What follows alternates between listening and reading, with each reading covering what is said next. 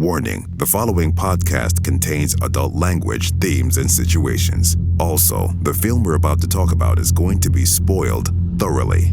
Listener discretion is advised. Enjoy the show. As a boy, Nicolas Cage grew up watching Nosferatu, Cabinet of Dr. Caligari, and of course the original Dracula. So, being able to play the Dark Lord on screen had always been a lifelong dream. In 2023, after 40 years in film, Nick was finally able to sink his teeth into the role he was born to play, and absolutely knocked it out of the park. So come along with us as we break down the mother of all toxic relationships between Dracula and of course his familiar, Renfield. Okay, let's run. I'm like a prickly pear. What do you say we cut the chit-chat a-hole?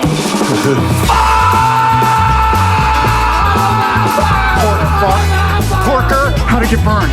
How'd it get burned? How'd it get burned? Hey, have you ever been dragged to the sidewalk and beat until you pissed blood? Welcome to One Cage at a Time, the show where we break down every single Nicolas Cage movie, one film at a time. Here are your hosts, Patrick, Vince, and Nigel. Dracula's servant, Renfield, tries to break free of his master's torment after over a century of being his familiar, but the Dark Lord doesn't take kindly to being told no. So Renfield must lean on his support group to grow a spine and stand up to his old boss before he could take over the world. Let's see who's joining Nick on this adventure. Renfield stars an actor who is the worst gang member ever, Ben Schwartz. Shang-Chi's best bud actress, rapper, and comedian Nora Lum AKA Awkwafina. I can see why she went with Awkwafina. A woman who is one pack of cigarettes away from being Jigsaw, Iranian-American actress Shohreh Aghdashloo. Sorry. Nick's Weatherman co-star, who has since gone on to be an Emmy and Golden Globe nominee, as well as a BAFTA winner, Nicolas Hoult. And of course, the man who taught Nicolas Hoult everything there is to know about eating bugs on screen, Academy Award-winning actor and Prince of Darkness himself, Nicolas Kim Coppola, better known as Nicolas Cage.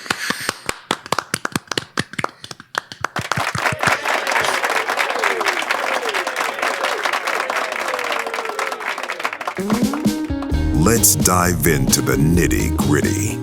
Renfield! Sorry. Renfield was released on March 30th, 2023 at the Overlook Film Festival at the Timberline Lodge in Oregon, which sounds awesome. I would love to go to that. It's at the outside of the Overlook that was used in The Shining. That's rad. It's pretty cool. It's not a huge building though, so it's like I don't know how many people could fit in that thing. It must be a fairly small film festival, probably like invitation only, but that sounds awesome. I'd love to go to that at some point. Yeah. I think it's all horror movies, so you would assume that'd be Overlook. so cool. Yeah, that'd be really cool. But it was released wide on April 14th, 2023, at least in the US.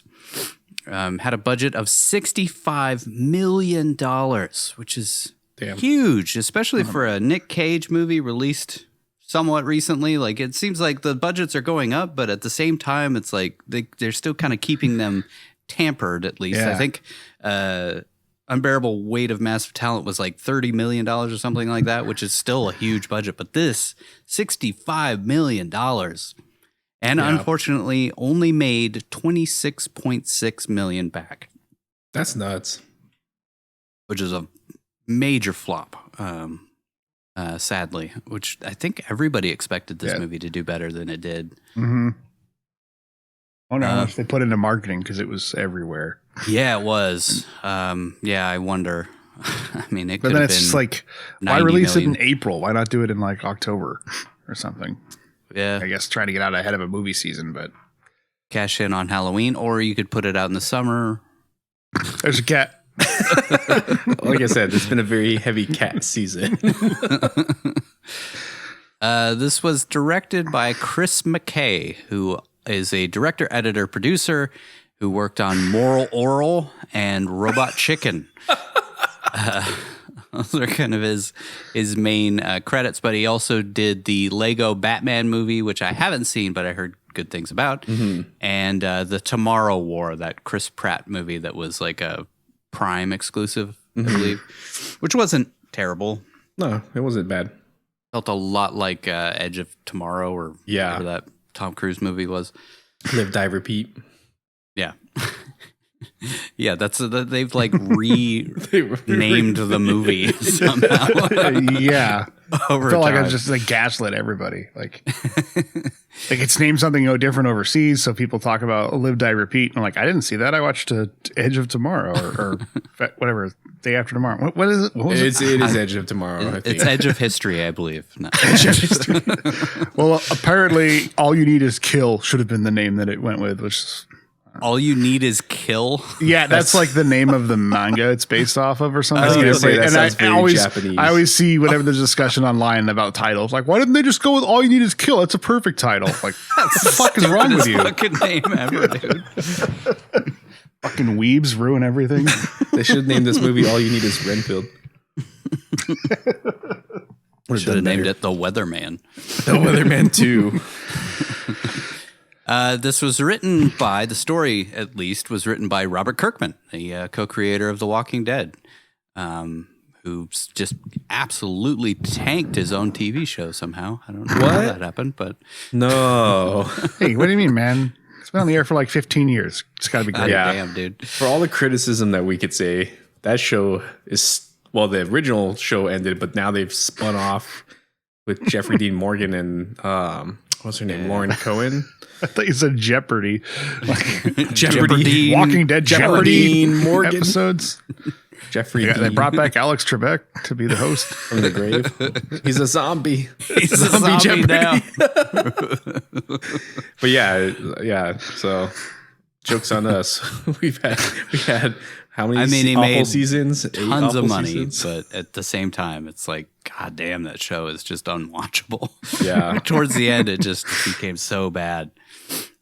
Screenplay was by Ryan Ridley, who was one of the main writers on a TV show called Acceptable TV from Dan Harmon, which is one of my favorite, like, kind of forgotten TV shows. It also starred a certain persona non grata who has been canceled by the world. Worked with Dan Harmon a lot. Yeah, he worked with Dan Harmon a lot on a lot of his projects. There's one sketch in particular called Operation Kitten Calendar that is just fucking amazing. It's just a sketch show. So each episode, there would be like 5 sketches, and the best sketch was voted on by the audience. And each week they would get a like sequel sketch to that one sketch. And Operation Kitten Calendar just won like 5 or 6 weeks in a row until they finished like the story and walked away. I remember that show now. It is starring a guy named Rustin Broyland, I think is his name. So if you can get past that, but watch it anyway. It's great. Wasn't he exonerated? I don't know, man. At this point, I don't know. I'm always out of the loop because it seems like now, like Jonathan Majors is like forgiven or something, but then somebody else came out with allegations. I don't know what happened there. I don't know if he's forgiven, but I think the particular case that he was being blasted canceled for is being proven to be a false claim. But I think Hollywood still says he's an asshole, allegedly. Yeah, I mean, yeah, that's Say money talks. That tracks. So, if he'd brought a ton of money in for Quantumania, maybe yeah, it's true. they'd have brushed us under the rug. Maybe they still are. I don't know. They don't seem to be. I mean, Disney at least doesn't seem to be freaking out too much. Yeah, I'm sure they are behind closed doors, but Well, that's because the latest Marvel movies are garbage. They're bleeding money. true. Aside Bigger from problems. there's one great movie in there, Guardians. Guardians 3. The rest not so great. I hope James Gunn sticks around Marvel for a while. Oh. Yeah. Womp womp. He's not going anywhere. Womp womp. Ryan Ridley also wrote 10 episodes of Rick and Morty and as a main writer on Community, so he's definitely a Dan Harmon staple. That's funny. I felt like this kind of had some of that Dan Harmon flair to it, some of the jokes and some of the humor. I didn't realize that the guy was so connected. That's probably why it wasn't Definitely that funny. had that feel a little bit. Also co-written by Ava Tramer, who wrote a TV show called Trophy Wife, starring Stolen star Malin Ackerman. That's what she's best known for. Stolen.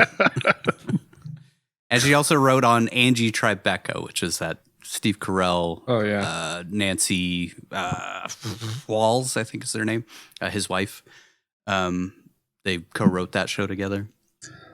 And of course, it is based on Dracula by a guy named Bram Stoker, I think is his name. Bram, I think is how people pronounce Brian. it. Bram Stoker. Ram Stroker. Bram Stoker's Dracula. That's a different movie. That's for after the Cage. I can't believe no one's ever made that.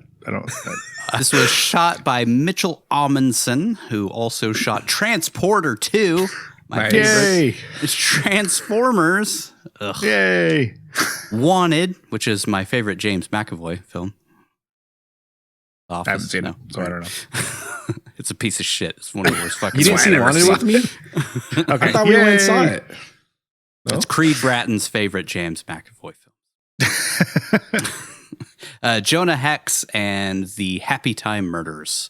We've talked about Jonah Hex a lot on this show for some reason. Yeah, we have. A lot of the Just like same the public people. toilet of bad movie productions. Like everybody goes there at some point. It's the toilet of films. Edited by Zine Baker. That's how you pronounce it. Zine. Z-E-N-E. I looked it up. Zine. Like magazine. Who is kind of a Seth Rogen go-to. He edited Observe and Report, 50-50, This Is the End, Neighbors 1 and 2, The Interview, and also did Marvel's Thor Ragnarok, WandaVision, She-Hulk Attorney at Law. Ugh. So, yeah. Some of those are shot great, though. I don't know. Are they edited great? Oh, yeah, edited great. This Is the End, Ragnarok. I'll go with that. WandaVision was edited well. Yeah. I mean, She-Hulk was edited well, but, Yeah. Just written poorly. I mean, that's what the comic book was, dude. That was like the most screen accurate adaptation of one of their comic books. So it was like, I mean, kind of knew where it was going to go. Wasn't going to be great from the start. There's a reason why a lot of those comic books that are now being made into movies are not that popular. Also edited, always good when you have two editors, by Ryan Folsey, who also edited Cabin Fever, Old Dogs, When in Rome, and the Lego Ninjago movie. I feel like we've talked about this guy before. I think we did, yeah. And guess what? There's a third editor. What? Giancarlo Ganziano, I love them in Breaking Bad. who edited 63 episodes of South Park. We've had a few South Park guys on this too, on the show. Also a pre-visual effects artist going back all the way to 1994 and worked on Face Off. So yeah, a little tie-in to Cage. Recently did some previs on Shazam 2, Free Guy, and The Tomorrow War. Yeah, 3 editors. That explains a few things. That's something. Yeah, that explains the entire third act. Yeah. Like, I forgot everything that happened with Dracula's death spoilers until I rewatched it this time. Yeah. Happened so quickly. Yeah. Music by Marco Beltrami, who is a 2-time Oscar nominee for 3:10 to Yuma and The Hurt Locker. Also worked on I, Robot, Scream 1 through 4, Blade 2, Terminator 3, Hellboy 1 and 2. He's a big franchise guy. Quiet Place 1 and 2. The Thing. I think that was the original The Thing.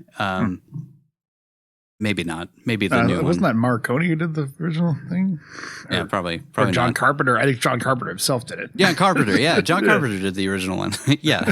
So probably So it must be the 2011 version. Which was great, but I actually really liked right. that one. Yeah, they just called it The Thing as well. So Yeah, so it was confusing as hell. Even though Conversations it's this. like a prequel to the first movie, which is kind of what the original The Thing from Outer Space was. Sort of, I don't know, weird. It's hard to follow at this point. This is it's like a trilogy, but not really at the same time. Also did Deadfall from 2012, not Oh no! not 1993. Yeah, that's forever on this show I've had to look up Deadfall, unfortunately. This movie always comes up from 2012. Also worked on Warm Bodies, also with Nicolas Hoult, and World War Z and Logan. He had a ton of credits. Marco Beltrami, he's prolific. Ratings. This got a 58% on 5.8 out of 10 on 276 reviews. That's a lot of reviews, and still ended up with a 58%. It's not great. Not great. Audience score was a 79%, so substantially higher. That seems to be the consensus. Is critics hated it, audiences were kind of on board, but not fully. But 79% is not terrible. Metacritic gave it a 53%. Again, I never really know what to think of Metacritic's ratings because it's just completely arbitrary. It seems like so it's all weighted towards certain critics, and if one critic who is weighted higher is like, I hate this movie, then it just tanks the whole score. So I almost want to just chuck the fucking Metacritic score out, but I know some people swear by it. I don't know. IMDb 6.4 out of 10. So again, tepid. They gave it a maybe a D or a C minus somewhere in there. And then the cinema score B minus, which is bad. When it comes to cinema scores, we've talked about it a bunch on this show, but anything lower than an A minus is pretty bad. Pretty bad. Because you went there specifically to watch this movie and you walked out and were like, B minus. Yeah, it was okay. Yeah. Pretty mediocre. Kind of how I feel after watching it too. So yeah, I get it. Yeah. I feel like, the movie itself was not great, but Cage was great. He's the only thing good. I mean, Timothy Holt, or why do we keep calling him Timothy? Nicolas Hoult was good. He had to carry the movie, which he did well, I felt like. But I could have just remove the entire Lobos storyline from this movie and make it about Dracula and Renfield. Yeah. Maybe also get rid of Awkwafina. No. Well, I mean, she's basically part of the Lobo subplot, so pretty much, yeah. Just or take the whole Lobo main plot. thing It's out. basically the whole plot. Yeah. The Renfield Dracula relationship's like the B plot for some reason. Yeah.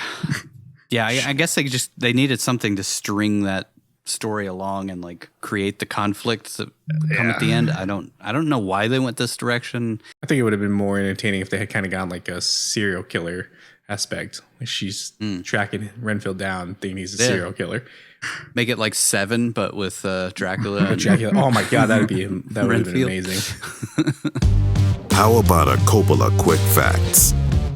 Coppola quick facts, I have a bunch. I didn't actually put any in the episode, so we're pretty top heavy on these, but I'll get right to it. Dracula introduces himself as Prince of Wallachia, Wenatchee says it. Wallace and Gromit Wallachia. I always, like, when I read the book, I always thought it was like Wallachia was how I pronounced it, but he says it like Wallachia or something. Well, that just might be Nick Cage. But it could also be the actual way of saying it. So. If I hadn't had the subtitles on, I wouldn't. Sounds right. Yeah. Wallachia. If I hadn't had the subtitles on, I wouldn't have known that's what he was saying, because he said it so different from how I read it in my head, which isn't obviously authoritative on anything. It's out of Transylvania, so it would make sense that it would be pronounced that way, especially the way that Bela Lugosi pronounced things back in the day. Anyways, the historical Vlad Dracula, or Vlad the Impaler, was indeed the ruler of Wallachia, however you say it, and had a reputation for cruelty. Well known that this is the origin of Dracula. Dracula was actually a nickname bestowed on him, which translates as Little Dragon. Mm-hmm. So maybe I don't know if it's mentioned in the Dracula book. Maybe I'm just confusing it with the actual history of Vlad Tepes. But I've seen Wallachia written out tons of times. I just didn't realize that's how you said it. Yeah. Transylvania was the northern neighbor to Wallachia. Fakasha. Renfield syndrome, also known as clinic vampirism, is a rare psychiatric disorder where an individual has an intense fascination with drinking blood or believing themselves to be a vampire. Wow, it sounds so familiar, like we've seen a movie based on that. Familiar, huh? God damn it. The syndrome is named after the character, of course, of R.M. Renfield, which I don't know if his name is ever actually Robert Montague in the book, but it's R.M. And I remember it was R.M. in the original Dracula movie. But yeah, from Bram Stoker's novel Dracula, of course, who consumed live insects to obtain their life force. So yeah, it's exactly Vampire's Kiss. I mean, like I have to wonder if that's where the inspiration for Vampire's Kiss came from, was they were reading up on Renfield syndrome. I would think so. Yeah. Yeah. The further we get from that movie, the more I really do believe it was written as like, a look at his mental health declining and believing that he is slipping into that syndrome. Or he is slipping into that syndrome, believing that he is transforming into Dracula. Mm-hmm. I could see like somebody working in a psychiatric hospital running into like a homeless guy who had Renfield syndrome and was like, oh my God, this would make a great movie. I'm a vampire. In an interview with Collider, director Chris McKay admitted that the film is actually intended to serve as a direct sequel to Todd Browning's 1931 Dracula. McKay had also attempted to have the film's trailers and posters refer to this fact, but ultimately didn't pan out. They decided to go away from that. Yeah. But the movie actually uses footage from the iconic original Dracula from Universal for the flashback scenes. Nicolas Hoult and Nicolas Cage are inserted into the footage seamlessly with editing techniques, which is one of my favorite sections of the movie because it's like so well done. I want just a remake of the original with them. Yes, that would be amazing. They did such a good job. Like, I feel like the guy who played Renfield in the original was much more creepy, and Nicolas Hoult is just too wholesome and handsome to play that role the way that the original guy did. Who's like he really comes off as a creep, like especially that scene of him looking up when they're on the boat. Like, in the original, he looks so creepy and sinister, but actual Nicolas Hoult this version of Renfield, not nearly as much. Even when he's trying to be creepy in that scene, he just can't pull it off. I did like him doing the Renfield laugh for one part of the movie. One part, good. Yeah. The circumstances of Renfield meeting Dracula and falling under his control are presented as an extended reference to how Dracula depicted these same events. Several key shots from the 1931 film are even recreated with Timothy. Why do I keep calling him Timothy? Nicolas Hoult and Nicolas Cage in place of Dwight Frye and Bela Lugosi, of course. Likewise, they play the music from Swan Lake, which is a shout out to the fact that the music was used for the opening credits of the 1931 film. So really well done. Yeah, like you said, like let's just make that movie. Yeah. Nicolas Cage's uncle, of course, the famous Francis Ford Coppola. Coppola. We haven't done this in a while. I'll start saying it wrong again after 3 years. He, of course, directed a version of Dracula in 1992. God, I forgot about that. Which is not... I mean, I don't know. Some people love it, but I didn't think it was that amazing. But the studio actually wanted Nick Cage instead of Keanu Reeves to play Jonathan Harker. But Coppola didn't want to work with his own nephew after Peggy Sue got married, because Cage does this crazy way of talking throughout Peggy Sue got married, and Francis Ford Coppola was like, "Don't fucking do that. Stop doing that." And he was like, "No, keep doing it." And then the movie came out and it didn't do amazing. So Coppola kind of blamed Nick Cage for that. And I think that was why their relationship dissolved. After that was like, he hardly worked with his uncle again. And he, like, Cage even wanted to be in this most recent movie, Megapolis or whatever is the movie that's coming out soon. And no, he was like, even fucking 80-year-old Francis Ford Coppola was like, no, sorry. I know you have an Oscar win and a few nominations, but fuck you. I saw Deadfall and Arsenal. I'll be damned if I see you in a movie again. But I'm gonna cast Jason Schwartzman instead. Cousin will do a better job. That guy can act. Jonathan Skinetsky.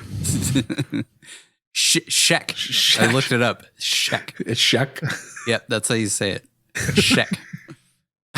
Just to correct us fucking it up every single time. We never said it right one time in the entire episode. We never got close. Jonathan Seychelles. Captain Nemo, Superman, and Dracula are the three roles that Nicolas Cage has always dreamed of playing since he started his acting career. He was cast, of course, famously in Superman, in Tim Burton's Superman Lives, but that project was canceled. He did end up voicing Superman in Teen Titans Go, and he was sort of in The Flash. Spoilers. Kind of. As a cartoon no one's seen version that of movie, him. so nobody cares about spoilers. Nobody ever gonna watch that piece of shit. There's already been like 1,000 articles written about his cameo in it. Yeah. They were like, it was please, out anything everywhere to get before the somebody to fucking go see movie it. came out. Yeah. Yeah. I was reading like the first Monday after it came out, or second Monday after it came out, it had performed worse than Top Gun Maverick's 9th Monday. Yeah, the fall off from the opening weekend to the second weekend was drastic. Yeah, it was like over 70% drop off. It's almost like people had seen it. People were like, "Hey, did you see Flash?" Yeah. Should I go see it? No. Oh, God, no. I don't think people even asked that much. I don't think people site. even cared enough to ask if they should go see it. yeah. I think I'll watch it out of morbid curiosity and mostly to see Michael Keaton return as Batman. But aside from that, I that was the best part of that movie. Is Keaton. Not surprising. I was at a Comic-Con recently, and I walked by, and somebody was talking at one of the booths, and I just overheard a snippet of that. Like, nobody went to see Flash to see Flash. They went to see Michael Keaton as Batman again, which was awesome. I was like, you just that's the discussion. And you'll hear that every time that movie's brought up now. Yeah. I went to go see Nicolas Cage. It was very, very disappointed. Joke's on you, man. That's how they got you. They got you in the theater. I hope he plays Captain Nemo at some point. That'd be cool. Pretty cool. In League of Especially Extraordinary older Gentlemen Cage. remake. Yeah. Yeah, the monkey's paw will curl and he gets to play Captain Nemo in League of Extraordinary Gentlemen 2. It'll kill his career like it did Sean Connery's. That's the end, man. I just don't understand acting anymore. Remember, they wanted him to play Gandalf in Lord of the Rings, and he was like, no, I think this League of Extraordinary Gentlemen will be a better film. It wasn't just that, he just didn't understand the script. Like, I mean, like, Lord of the Rings, dude. What the fuck? Like, that was an automatic win. You picked League of Extraordinary Gentlemen over something that was already like a completely established IP that everybody wanted to see. But still, I can't even like imagine Sean Connery in that role. Ian McKellen killed it so much, you know. Yeah, I would have. Yeah, I'm really glad he turned it down. Yeah. War of the Chook. You swift smack to the mouth that'll make you not drop a body down and wake up the Balrog. There's just a unneeded chase scene through San Francisco, through the Hobbit. Or what the fuck do they call the Hobbiton place? The Shire. The Shire. The Shire. Him and a Humvee. Just chasing a hobbit, yeah. Just chasing hobbits.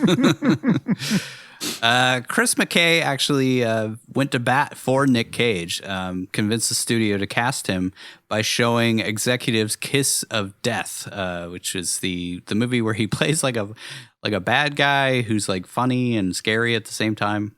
The one with David Caruso, it was like, you know, David Caruso had been on NYPD Blue, and then they were like, he could make the jump to movies, and then they watched Kiss of Death. You mean CSI Miami? He could do a CSI spinoff. Was he on NYPD Blue too? He was on NYPD Blue first, and then he was on CSI Miami. So he did NYPD so they're like, Blue. you can make the jump, and then they're like, nope. Jumped off, went and did Kiss of Death, and was like, nope. Back to TV. Back to the TV. Back to awful TV shows. Here you go. Give him one-liners every opening. Yeah. Chris McKay also believed that Nicolas Cage was the perfect pick for the character since Cage's father played the movie Nosferatu for him when he was 5 years old. I think that vampires and gothic films and silent movie acting were indelibly imprinted on him when he was really young. So that's why he was perfect to play the role, which is kind of true. I mean, like, he was emulating these older movies very early on in his career. And we've talked about it 300 times, I feel like, on this show, of like how Nosferatu inspired him and how Cabinet of Dr. Caligari inspired him. They even put an entire fucking sequence in Unbearable Weight of Massive Talent based on Cabinet of Dr. Caligari. So despite a history of turning down non-leading roles in studio films, Nicolas Cage actually signed on to do this film so that he could play Dracula finally, since it was his lifelong dream to portray the legendary figure. I think he would have taken any vampire role, but because it was Dracula, he really wanted to. This is the second time, of course, that Nicolas Cage has played a vampire who is a horrible boss for his employees. Though the first time, spoilers, he wasn't actually a vampire. He had Renfield syndrome. I mean, he told us he was a vampire. He had the teeth several times, and he had the teeth, dude. He was definitely a vampire. While promoting Season of the Witch back in 2011, Nicolas Cage said that his love for his co-star Christopher Lee is the reason he makes horror movies. And Lee is considered to be the best actor to portray Dracula on screen. I forget when he played, like 1979 version of Dracula. He did a lot of them. Yeah, Christopher Lee is like one of the coolest fucking actors ever. All the Hammer horror films in the 60s and 70s. He was like the Dracula. It was like, wasn't there like a rumor at one point that the character of James Bond was based on Christopher Lee? Yes. Yeah. Like, he's just the coolest fucking dude ever. Dude made like a metal album when he was in his 90s. Yeah. Cage, of course, called him his favorite Dracula, which is interesting because you figure he would have loved the Bela Lugosi Dracula the most, but Christopher Lee is, badass. Nicolas Cage's mannerisms as Dracula are all explicitly based on Christopher Lee's Dracula, though you can see the Bela Lugosi coming through, I feel like. It's a mix. Especially like when he does that rise from the coffin towards the end of the film. That's so exactly the same as the 1931 version. And then finally, an enormous fan of Dracula and the source material, Nicolas Cage prepared for his role by observing the distinctive ways Dracula was portrayed on screen. It's like I just said this, didn't I? By Bela Lugosi, Frank Langella, and Gary Oldman. What can I bring that will be different, he said. I want it to pop in a unique way. We've seen it played well. We've seen it played not so well. So what can we do? So I'm thinking to really focus on the movement of the character and that perfect tone of comedy and horror, which I think he did really well. I mean, we've talked about it many times, but like his physical acting in this and in most things was amazing. I think that's what he really brought to this role was like he had that physicality of Dracula and the movements and stuff. His like snake movements in this worked, unlike Spirit of Vengeance. Like they did. I think they toned it down a little bit. They didn't just have him sit there and do a fucking cobra movement. Well, his head's on fire and you can't even fucking tell because there's no emotion coming from a flaming skull, and it's like super close up, pretty much just shoulders up. Yeah. Fucking awful piece of shit movie. God, fucking hate that movie. Yeah. I mean, for all its faults, this movie is nothing Yeah. compared to that piece of shit as far as the things that aren't great about it. Yeah. All right, it's time to break down the film one scene at a time. Act 1. Why don't we set some shit up? Our story begins right where you'd expect. Inside a therapist's office, Nick Cage is lying on a therapist's couch with his shoes on. What an asshole. Wait, fuck. Sorry, guys. I opened up our breakdown of Vampire's Kiss instead. My bad. Let's try this again. Our story begins in a support group meeting for people in abusive relationships, and we see our titular character listening to a girl describe the early parts of her relationship, which sound an awful lot like the early parts of he and Dracula's relationship, as we soon find out. Our hero introduces himself as Mike Spritz and says he is the son of Hello America TV weatherman David Spritz. No, wait. He says his name is Robert Montague Renfield, and judging by his outfit, he hasn't bought a new suit in, I don't know, 140 years or so. A little out of style. A little, yeah. Never taken a moment to care for his own needs. I'm like, how do you not smell just horrendous? How have your clothes not just like melted off of your body in 140 years? That's a good point. Maybe at some point in the 40s, he bought a new suit. Got some new duds. Yeah. He says he's in a destructive relationship, and we cut to the best on-screen vampire since Peter Lowe, snapping necks of a would-be vampire hunter. He pulls out all his tricks in the vampire arsenal, running along the walls, turning into a Batnado, etc., before Renfield interrupts the fun and says he should start at the beginning. I love when they do that. Let's fake start a million times. Whoa, that was a bit much. Yeah. We cut to a beautifully executed recreation of scenes from the original 1931 Dracula film, where we see Renfield's introduction to Dracula, being hypnotized and seduced by the Dark One through wine, the theater, and traveling to exotic places before Renfield was made Dracula's familiar. In case you didn't know or can't read since it was on the screen, a familiar is a servant who is gifted with a tiny portion of vampire powers. Yeah, just making sure that the audience understands what the fuck is going on, I guess. Familiar. I think they meant family. He's his family member, is what he said. Family. Oh, it's on the screen. I can't read that. I can't read too good. Don't read no words. This is subtitled. This is some foreign piece God of shit damn in it, I'm black and out. white. I'm out. I came to That's see why it didn't Nicolas do well. Cage. Yeah, $20 million at box office. It was surprisingly, the theater was actually pretty full. I didn't expect there to be as many people. Did you go like opening night though? No, I went the next day. I went Saturday. Okay, well, Saturday yeah. like midday too. I'd say so it first wasn't- weekend. Opening is weekend. Yeah, opening when weekend. it did its most business. Yeah. Yeah, so. opening weekend midday. I was surprised to see as many people there as I saw. I do a Nicolas Cage podcast, and I didn't even go see it in the theater. So if that says anything. I wanted to, but I was very busy at the time when it first came out.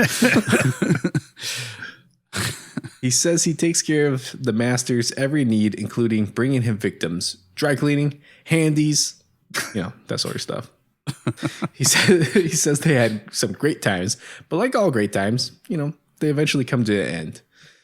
We cut back to Dracula fighting the hunters, but before Sam and Dean Winchester can show up, I was wondering if you're going to make that joke.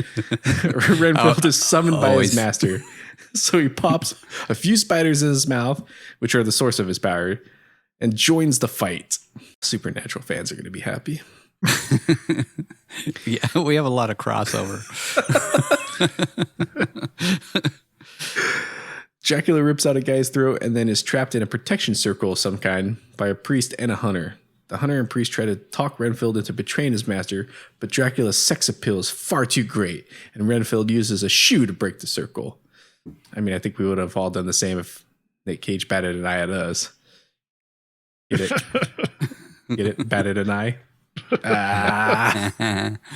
Bats. Because he's a vampire. He turns into bats. The priest tells Renfield that they are the last of their kind, and now every drop of blood Dracula spills will be on his hands. But he's quickly silenced by Dracula turning into a smoke monster and blowing the guy up from the inside and turning the room into a Jackson Pollock painting with his blood and guts. The hunter shoots a curtain rod, which causes the sun to stream in and Dracula to burst into flames. But Renfield puts out the flames while Dracula makes mincemeat out of the hunter. We see that Dracula has turned into a roasted hot dog, and Renfield says this is a typical result of Dracula's bloodlust and leads to a transitional period where the Dark Lord lays low for a bit and Renfield nurses him back to health. We cut to New Orleans in the present day, where we see Dracula working in the evidence room of a police station, where he has a familiar named Munt. Hey, Munt. Hey, Munt. I want to see that, like him using his telekinesis. Familiar. I just picture him closing the door in the old folks' home and just standing there with his fucking shoulders hunched and leaning. I'm gonna drink every last ounce of your blood. You fucking cunt. Being civil. God, that'd be a great short if they ever made one. Bad Dracula. Bad Dracula. Yeah. We see Renfield at a club or restaurant or bar. I don't know, something called Mulots. Mulots, I think is how they say it. Melades. I think it's Mulots. I have no Mulots. idea. They don't know. actually say it, so who knows? Yeah. It's an actual place. It's actual restaurant bar. Is it? Yeah, it's a real place. Yeah. Which seems to be on fire based on how much fog there is outside. And we see that Renfield is planning to move them to an abandoned hospital. A lot of those in New Orleans. No comment. We cut back to the support group where we find out Renfield has been coming here to find victims since he could feed the abusive partners of the people in the group to Dracula. Also, we insert this reoccurring joke about some girl's boyfriend being super into ska. And some big dude who seems to be looking for victims of his own at the support group screams that he fucking hates that shit. Got that hair trigger temper that usually accompanies domestic violence. Yeah. So, yeah, he's looking for the next Mrs. punch you in the face. Mrs. Punching Bag. Mrs. Punching Bag. Then they all talk about ska for, I don't know, fucking 8 minutes or something. Renfield laughs / coughs, and the leader of the support group tries to get him to share his story, but he says he's not ready. Now that we know that there's Rick and Morty folks that worked on this, it makes things like that make a lot more sense. Just jokes out of the blue and then just beat him to death. He says he's come up with a mutually beneficial solution for people like that girl whose boyfriend loves music that hasn't been popular since the 90s. He chomps on a cockroach like he's enjoying lunch at a Wuhan street fair, and we cut to the trio of dudes in a huge warehouse with pounds of cocaine they stole. Oh, God. What is it about New Orleans and shitloads of drugs in these movies? I mean, also, I'm pretty sure these guys have the same hideout as that dude from Stolen, judging by the random Mardi Gras shit all over the place. Kept looking for the taxi.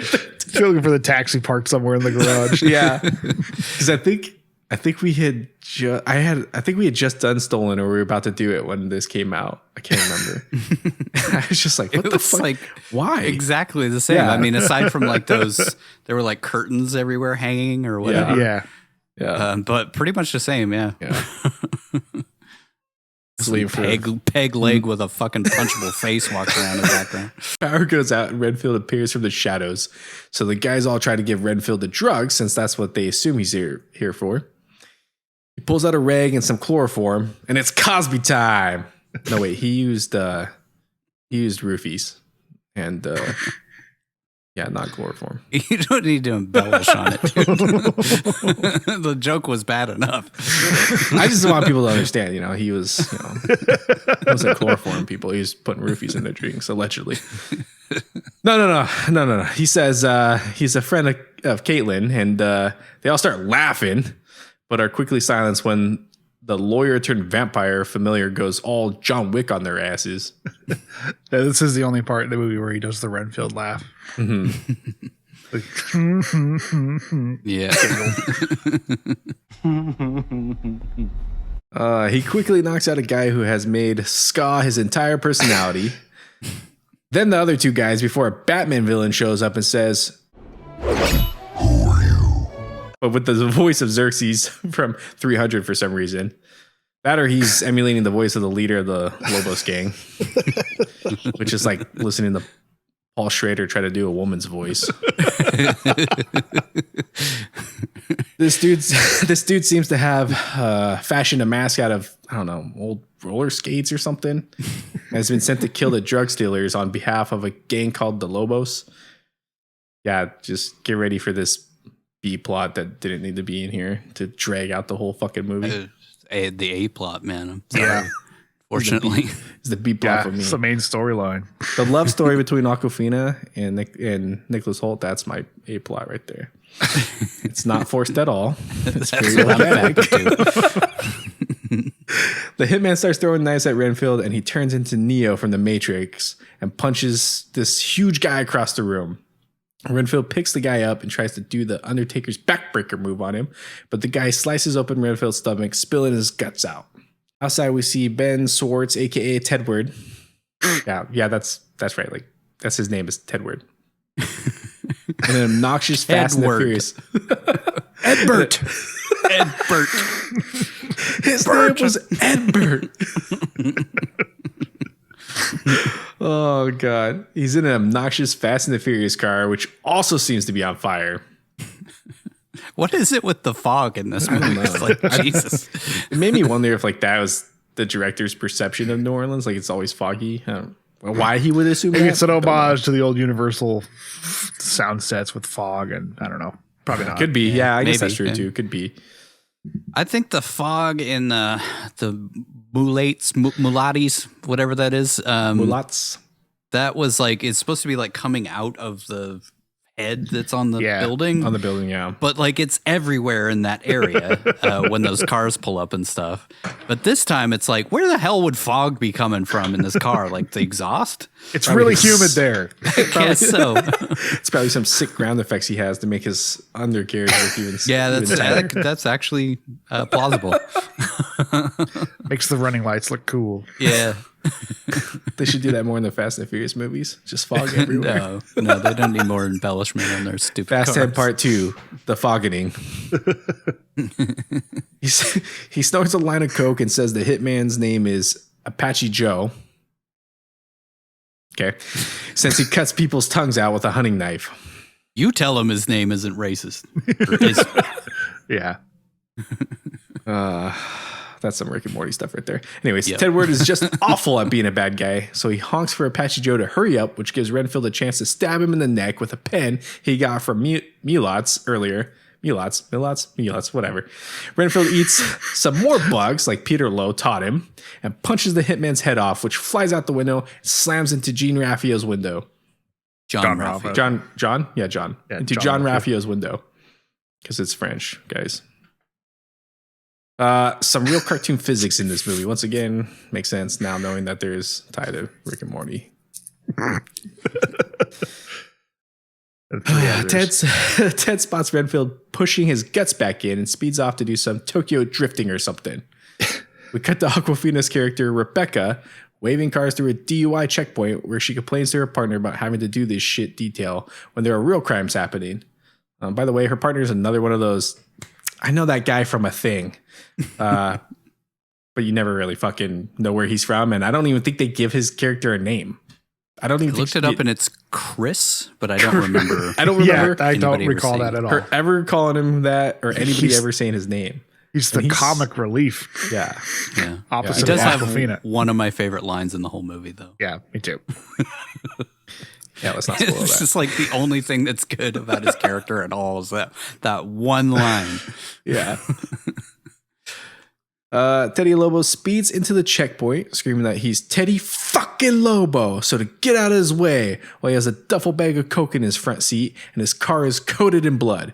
But it's cool since the entire police force is in on their operation, aside from Nora from Queens, as we later find out. I would say this probably all started with Terrence McDonough, and now everyone on the force is crooked. He tries to speed through the checkpoint, but Rebecca shoots out his tire, so he crashes seconds later, runs out of the car with the coke in his arms, and throws the bricks at the cops. So funny. That was my favorite line from Chris.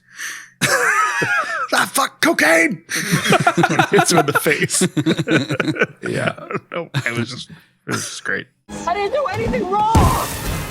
Fuck! Cocaine! She knocks him out with a baton and arrests him after he wastes, half of Big Fate's cut. Big Fate ain't gonna like that. We cut to an abandoned hospital where we see Renfield dragging the bodies from the fight, and he laments that they no longer have the money or options they once had, which is probably why he really wants out of this relationship. It was all fine and dandy that Dracula was a manipulative bastard when he was whining and dining him every night at the theater, but now they've hit a rough patch and he wants out. Fucking typical woman. Inside the hospital, we see that Dracula is still healing from being burned up. I think, was it because he got burned? Anyways. Supposed to be. Or the sun hit him. Whatever. Yeah, but like, His I was ears are falling confused. off. I was confused about this because it's like, I think we're supposed to imply that this is just a different transitional period and not related to that first one where the guys were dressed in English garb from like the fucking 1800s or something. I didn't get that because of the I way didn't it was get that edited. I either. thought it was supposed to be he was convalescing from being burnt and just looked nothing like Yeah, that's what it burnt victim. feels like. He looked like the Toxic Avenger for some reason. Yeah. Oh, God. The Toxic Avenger. We bring this up like every fucking season. God damn it. Thank God I have that PNG saved so I don't have to go look for it anymore. Yeah, I don't know. I didn't get that either. It was kind of vague, but anyways, he looks like that guy who was half melted by toxic waste in RoboCop. I don't know if you guys agree with that, but I do. And he asked that guy. Dr. Romano from ER. and he asked to eat one of the hands of the bodies Renfield brought him. Is that guy in anything else besides RoboCop and ER? I feel like that's I've all never he seen ever him did. in Old way. What? What? No, I was it just was a joking different because guy. that other guy was from The old lady. I mean, he was good in ER, but fuck, I don't know. I haven't seen him in anything else. He's good in RoboCop. He's great in RoboCop. Yeah. He melted real good. Don't touch me, man! Dracula retches and asks why the hell he brought him a ska-loving fat guy to eat, and freaks out since he was hoping for a virgin or something. Then he says, Junkie is trash! You feed him is trash! "You know I don't ask for much, Renfield. Just the blood of a few dozen innocent people." It's like his first line pretty much is a cagey moment. You feed me trash. Yeah. It works really well in this movie, though. You know, I don't ask for much. He says he'd rather have happy couples, unsuspecting tourists, a handful of nuns, a busload of cheerleaders, and says, "A busload of cheerleaders would be me getting back to full power. Like that." Yeah, I snapped. Because he snaps with his melted fingers, which seems like it would not be comfortable or make a sound. Slide off like pieces of him. Then he goes on a rant about not caring whether he eats boys or girls, since it's the purity he's concerned with. All things considered, Dracula's a pretty progressive dude, which you wouldn't think, given how old he is.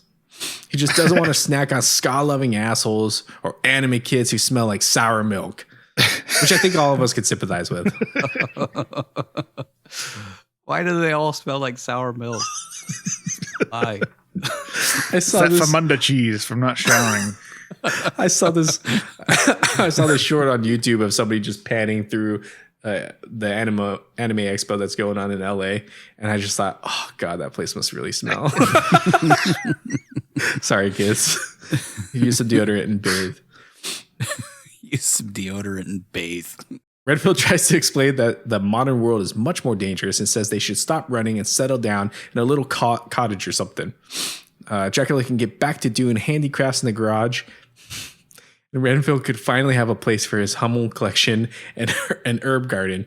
But Dracula slices open Renfield's stomach, and we see how toxic their relationship really is.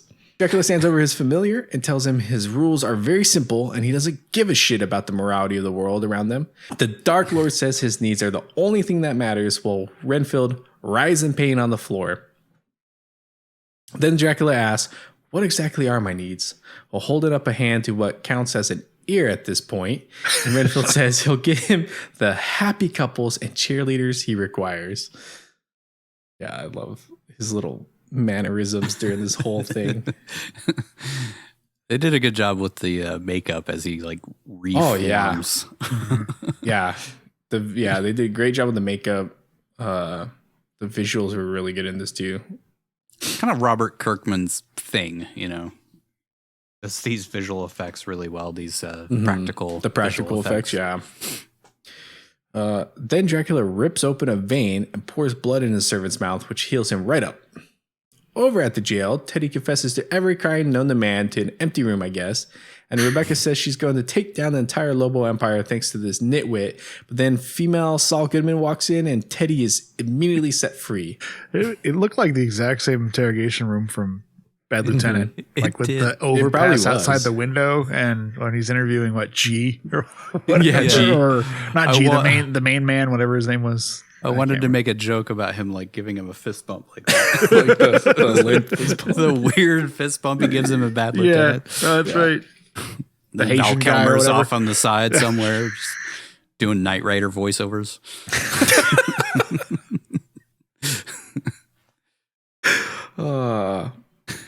Well, then Ted Wood tells the entire police station, "Fuck you," and the chief of police tells Rebecca she was supposed to bust drunk drivers, not one-note characters that are so over-the-top dumb, you start to hate them within 5 seconds of screen time. Are you talking about Ben Schwartz or Yeah. the character he plays? The character he plays. I've seen Ben Schwartz in things where I really enjoyed him, but not so much here. Yeah. Just like his character is so fucking obnoxiously stupid. It's just irritating. Yeah, it's bad. Just I mean, like, you know, the whole, I've said it earlier, but the whole Lobos thing is just fucking annoying because it's like so idiotically like put together as like we're supposed to think that they're idiots from the jump, and it's just like how would they run the whole fucking city and the whole police force if they were this stupid? No fucking way. It's a comedy. Everything's supposed to be funny. Guess You can have funny, intelligent criminals. Yeah, I think maybe, I don't know. could have at least tried to make him seem like a bad guy at any point. He's just stupid from the jump and till the end. That's his whole character. Yeah. Unless this is like, yeah, never mind. I'm not even going to dive into analysis on that. It's not even worth it. Anyways, suddenly another detective comes in from the side of the screen with a huge smile on his face and says, "Good news! We found a crack pipe at the crime scene with Teddy's DNA on it." No, wait, I was thinking of Bad Lieutenant again. Just come in from the side. Good news. Then the chief makes her feel like she did something wrong for busting John Ralphio and says her dad was the most honest and incorruptible cop he ever knew, and that she was a lot like him since I guess she didn't take the bribe. Literally everyone on the force took, I guess. I don't know. That whole point, I just don't get, like, why point out her being so moral if you're corrupt? And I don't know. That whole exposition. Yeah. To explain why she's a good person. Right. And they sort of wrote themselves into a problem with the entire cop force being corrupt, except for being her. Corrupt. But why not use her sister as the avenue to communicate that instead of her? The Rick and Morty guy wrote this. Okay. All right. I'm going to stop thinking. Anyways, then he says her busting this guy for almost running over cops and throwing bricks of cocaine at them is Rebecca's rock bottom rather than her stepping stone. Next, we see her FBI. Just so stupid. It's so stupid. The whole thing is just like, God, what? Right. Like, you did good cop work. You busted a known criminal who was in possession of a felony amount of cocaine, and you're the bad guy. Yeah. Anyways. Like, even if they were all corrupted, like, God, dude, you just made it too over the top. It's just so... Like, you have to willfully suspend disbelief so much that it's like, I can't. It's just bad. It's just so bad. Yeah. Well, next we see her FBI I thought agent. we were supposed to be watching a movie about Dracula and Renfield. What the fuck? Fuck this whole story. I'll talk about it later. I'll talk about it in my review section. But I do have a point of contention with, some of the criticism towards this movie, or the lack of criticism towards aspects of this movie.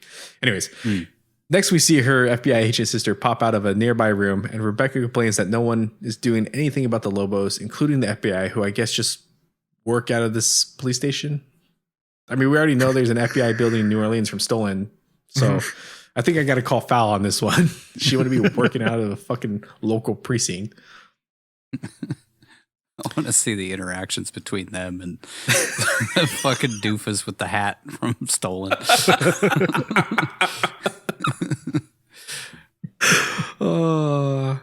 Then it's revealed that the Lobos killed their father, and her sister also makes Rebecca feel like an idiot for arresting Teddy, and she would just let him go. I guess.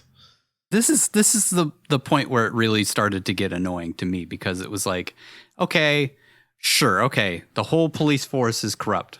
But then her sister being like, you should just drop it. Yeah. Like, if you weren't such a good cop, you'd be a great FBI agent like me. Something, I guess, is what they were trying to go for, which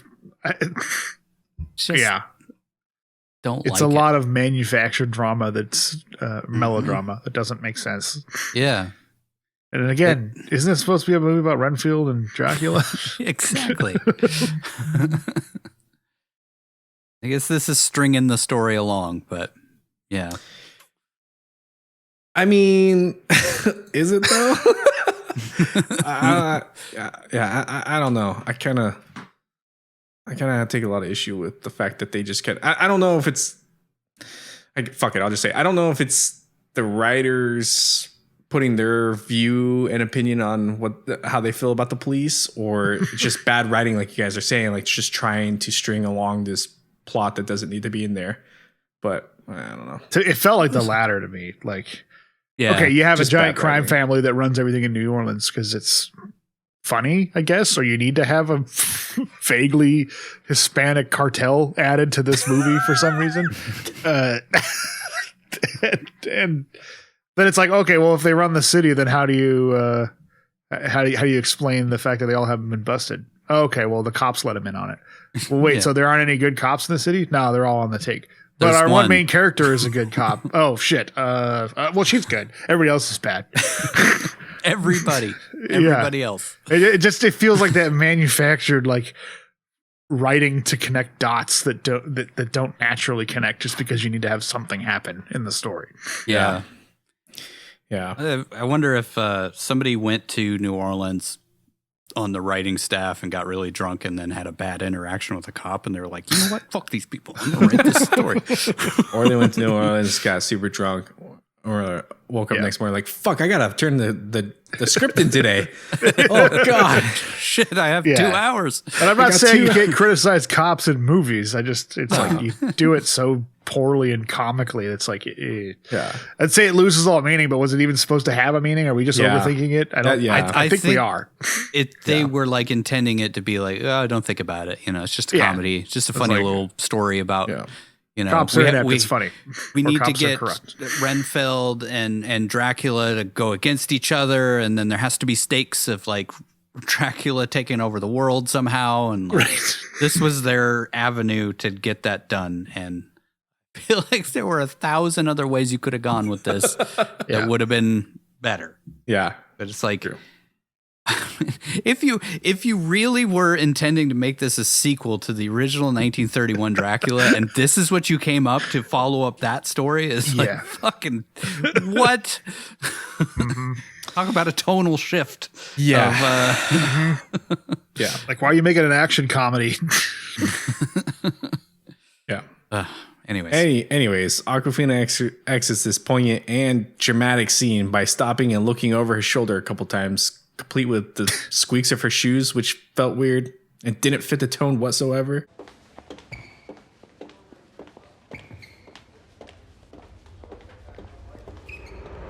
I think it was supposed to. Yeah, it was supposed to be funny. was it supposed to be funny, or was she like looking over her shoulder to like, I'm gonna go talk to her? No, I shouldn't. No, I'm gonna go talk to her. No, I'm leaving. Fuck this. Like, that's what Is I the felt like director they gonna were call trying cut? to I'm do. doing all these takes. She's like, which one he's like going to use? No, we're still going. So ridiculous in that scene. Like, that just felt like an Awkwafina improv, and it was like, well, how does that work with the? You just had this dramatic scene, and then you put that stupid shit in there. Like, yes, there's a moment in this movie. There's like 900 moments in this movie where you could have put that joke in there, but not right after the one dramatic scene between you and your sister. Like, ugh.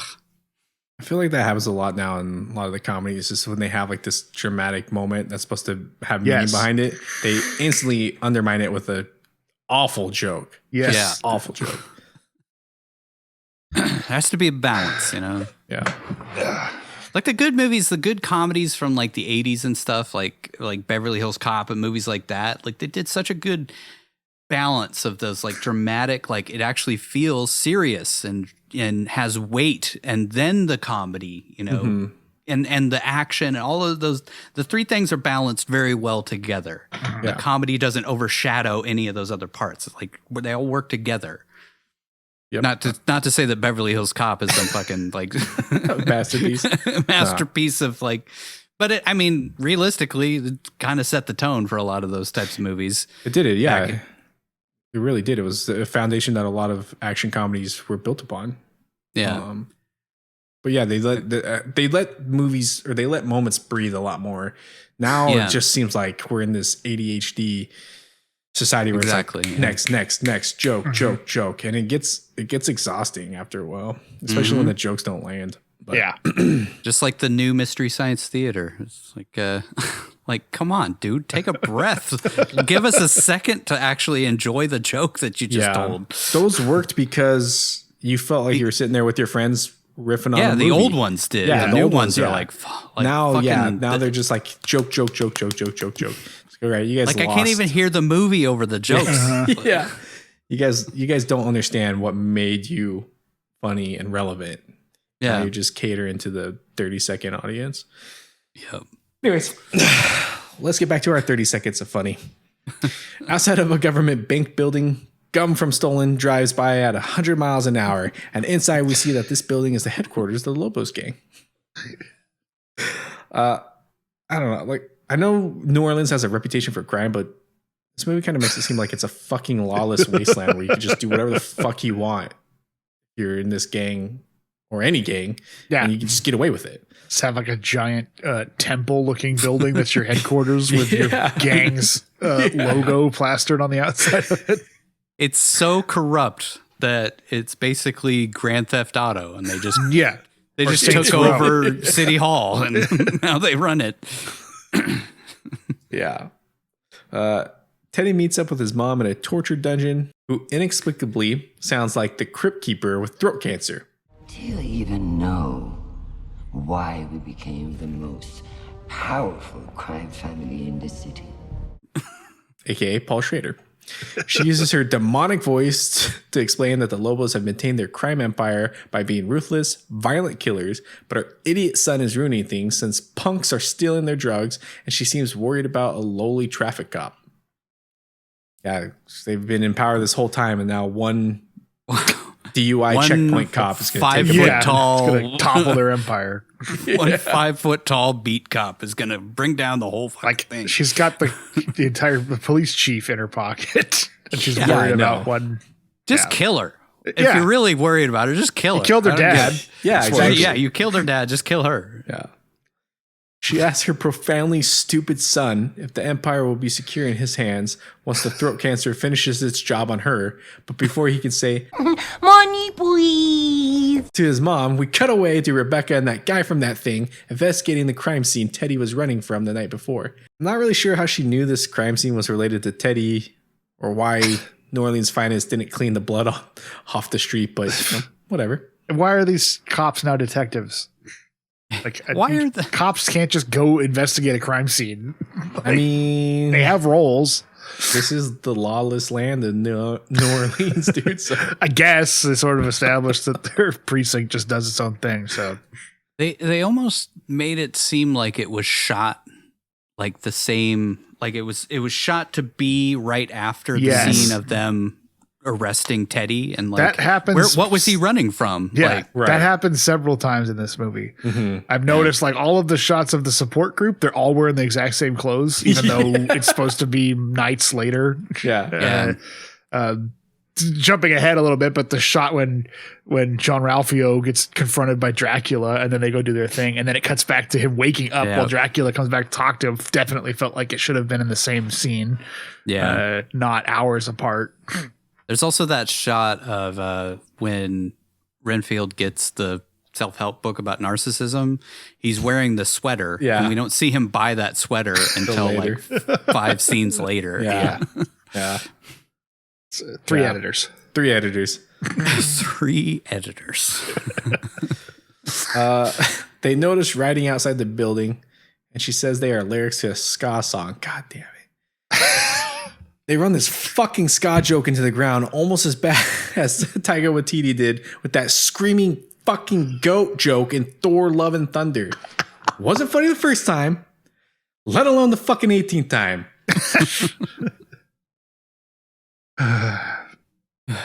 Rebecca finds the pen from Mulots on the sidewalk, covered in blood since Terrence was too coked up to properly investigate this crime scene, and we cut to Renfield inside Mulots. Hey, how convenient.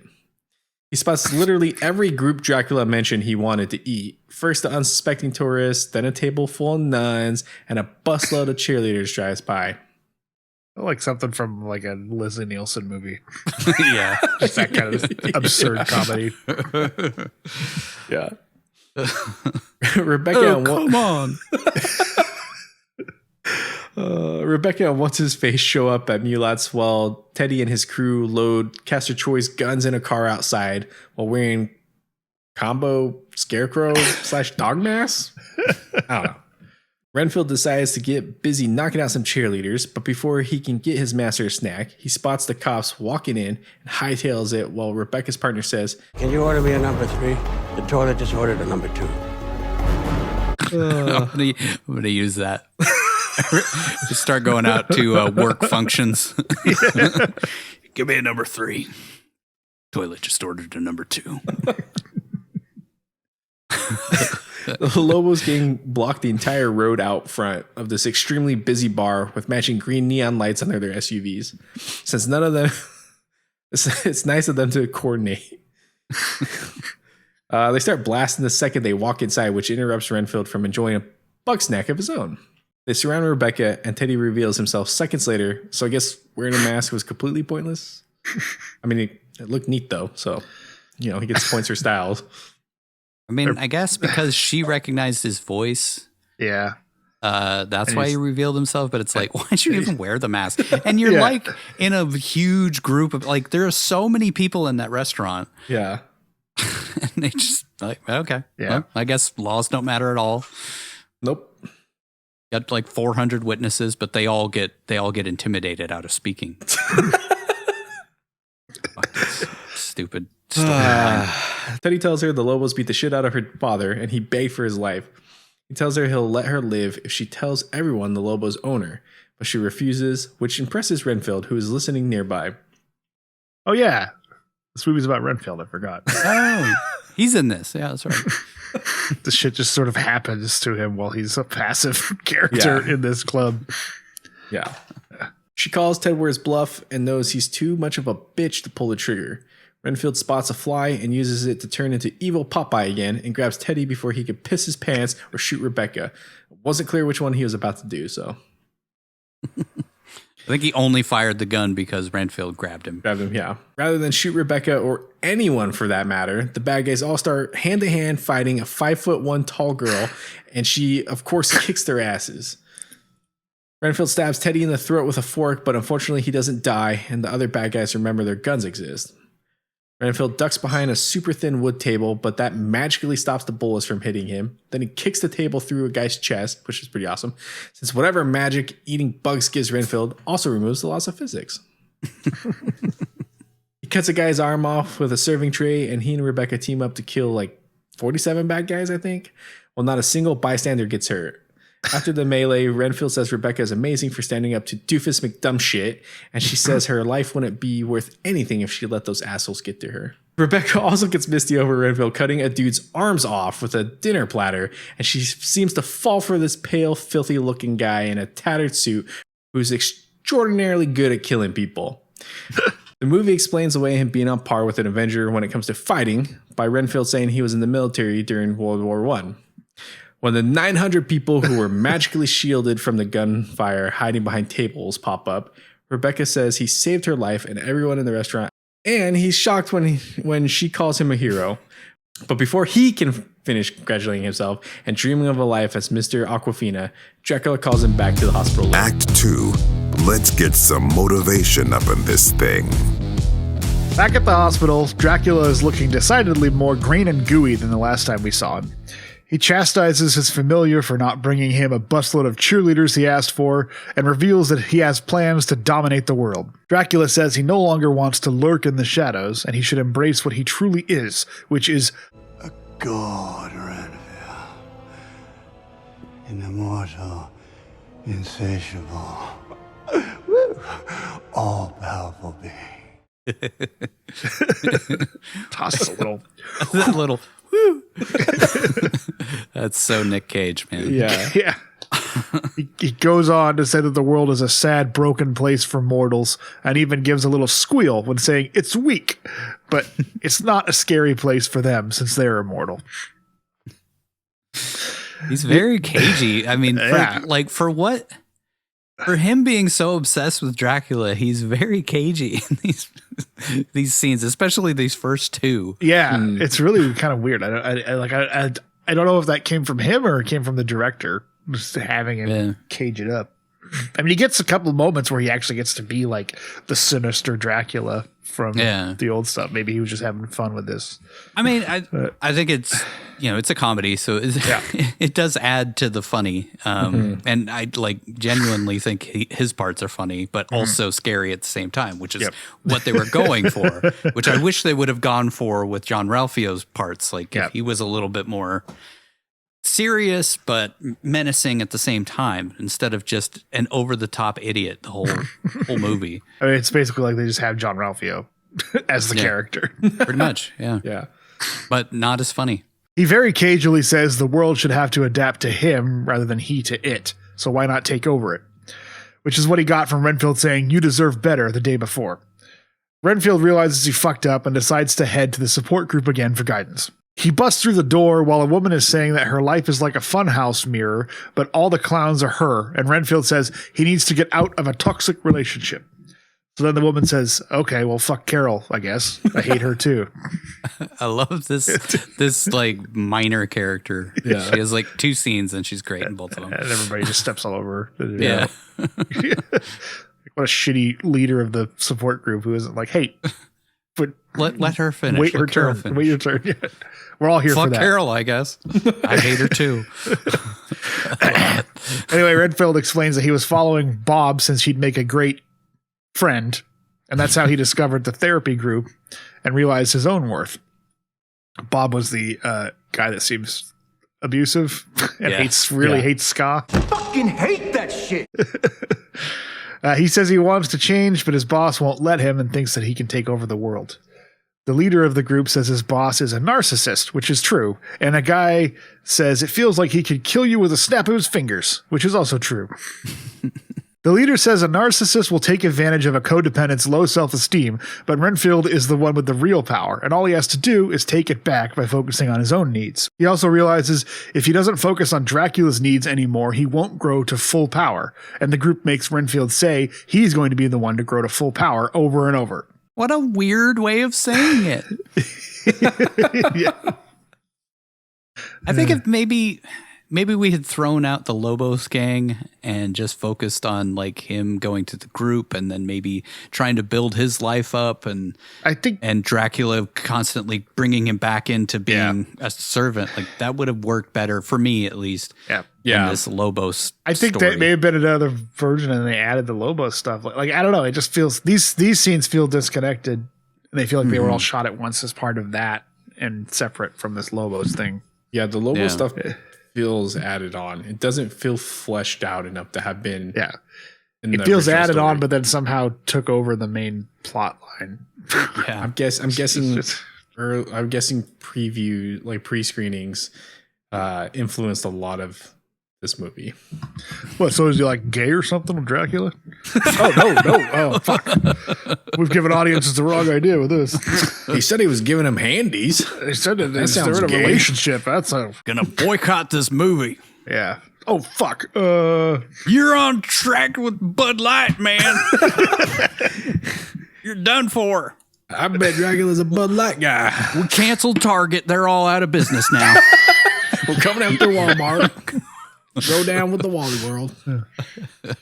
I don't know where we're going to get it. Target doesn't even exist anymore. Cancel thanks fucking to us. Cracker Barrel and Chick-fil-A now, apparently. You can't cancel Chick-fil-A, bro. That shit's too powerful. They got God on their side. Then we see a star wipe, but you haven't seen one of those in a while. And they enter a montage where we see Renfield rent out a filthy, disgusting apartment, buy himself some groceries, paint the walls orange. Oh, you could paint the walls in an apartment, but and hang up some inspirational photos. We see him give the neighbor's kid an ant, release his pocket coffin full of bugs, give himself a full makeover, and buy the ugliest sweater imaginable. He pops by the police station to pay Rebecca a visit, where we find out the cops are mad at her for stopping a gang of armed men from killing a restaurant full of people.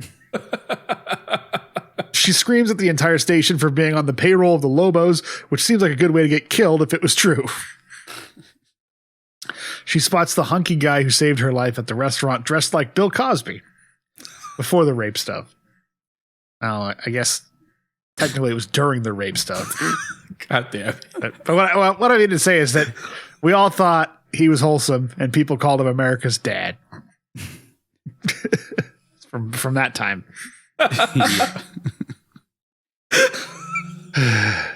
Yeah, that's right. This movie about Dracula has multiple Bill Cosby jokes in it. Deal with it. It's a free podcast. She says she likes his sweater, so we know she's madly in love with him since there's no other explanation why she'd be able to overlook that hideous thing. He says he's there to give his statement, which is great since 400 people that were in the restaurant were all intimidated into not giving a statement by a gang run by a guy named Tedward. Also, all the people are just standing in the station too for some reason in the background. Like they brought all the extras back in and didn't even use them. They're just to show that they were there in the police station. I don't know. Just a fucking like it's just so bad.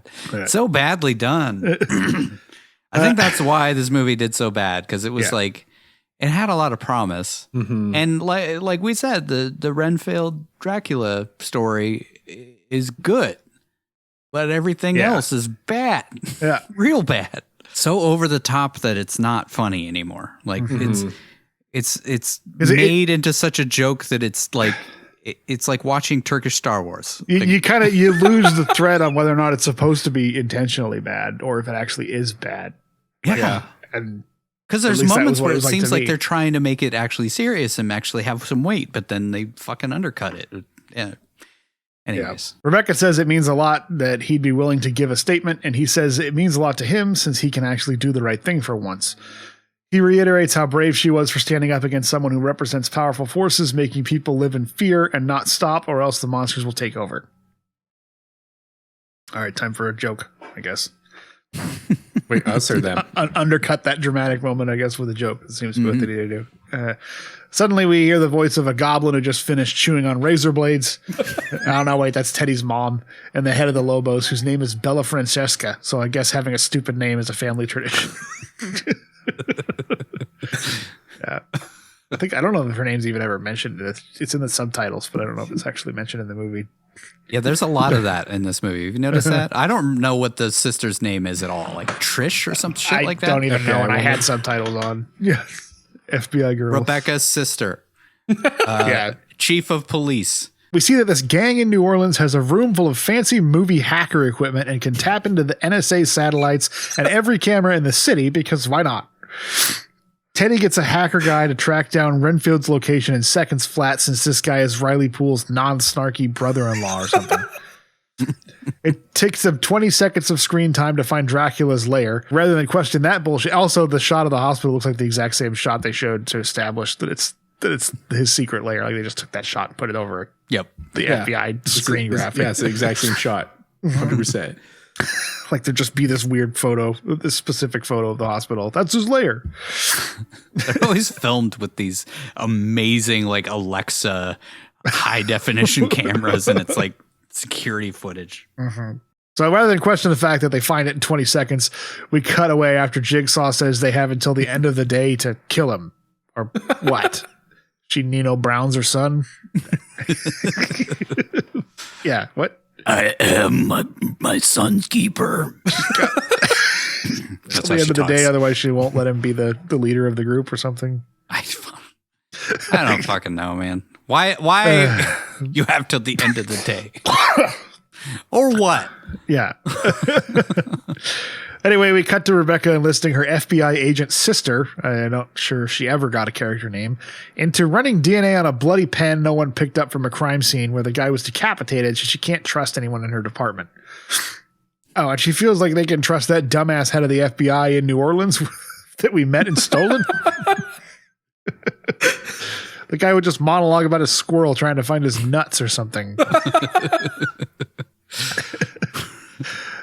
Rebecca says the DNA in the pen might connect Teddy Lobo to the crime scene, and she desperately pleads with her sister to help her, even though she seems to think Rebecca is an idiot for trying to take down this crime family that obviously killed their dad, and even Officer Doofy from Scary Movie can solve these cases. I told you not to bother me while I'm vacuuming.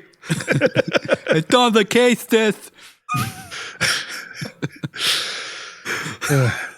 These movies would be better if the cops were just mentally disabled. It would make more sense. It's pretty much what's going on. Yeah. We cut to the Lobos rolling into Dracula's lair where Teddy spots the Dark Lord's blood bag throne or whatever that thing was, and he's scared by seeing the reflection of a bat flying nearby.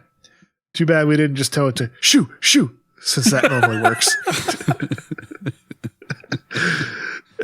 And then he looks back at Dracula. Flipping his hair. Teddy's scared by the dead bodies everywhere and says, "Call my mom." But Dracula shows up and slaughters all of Teddy's goons one by one like Rambo. Teddy's succubus-voiced mom listens on as Dracula strangles her son. But again, unfortunately, he doesn't die.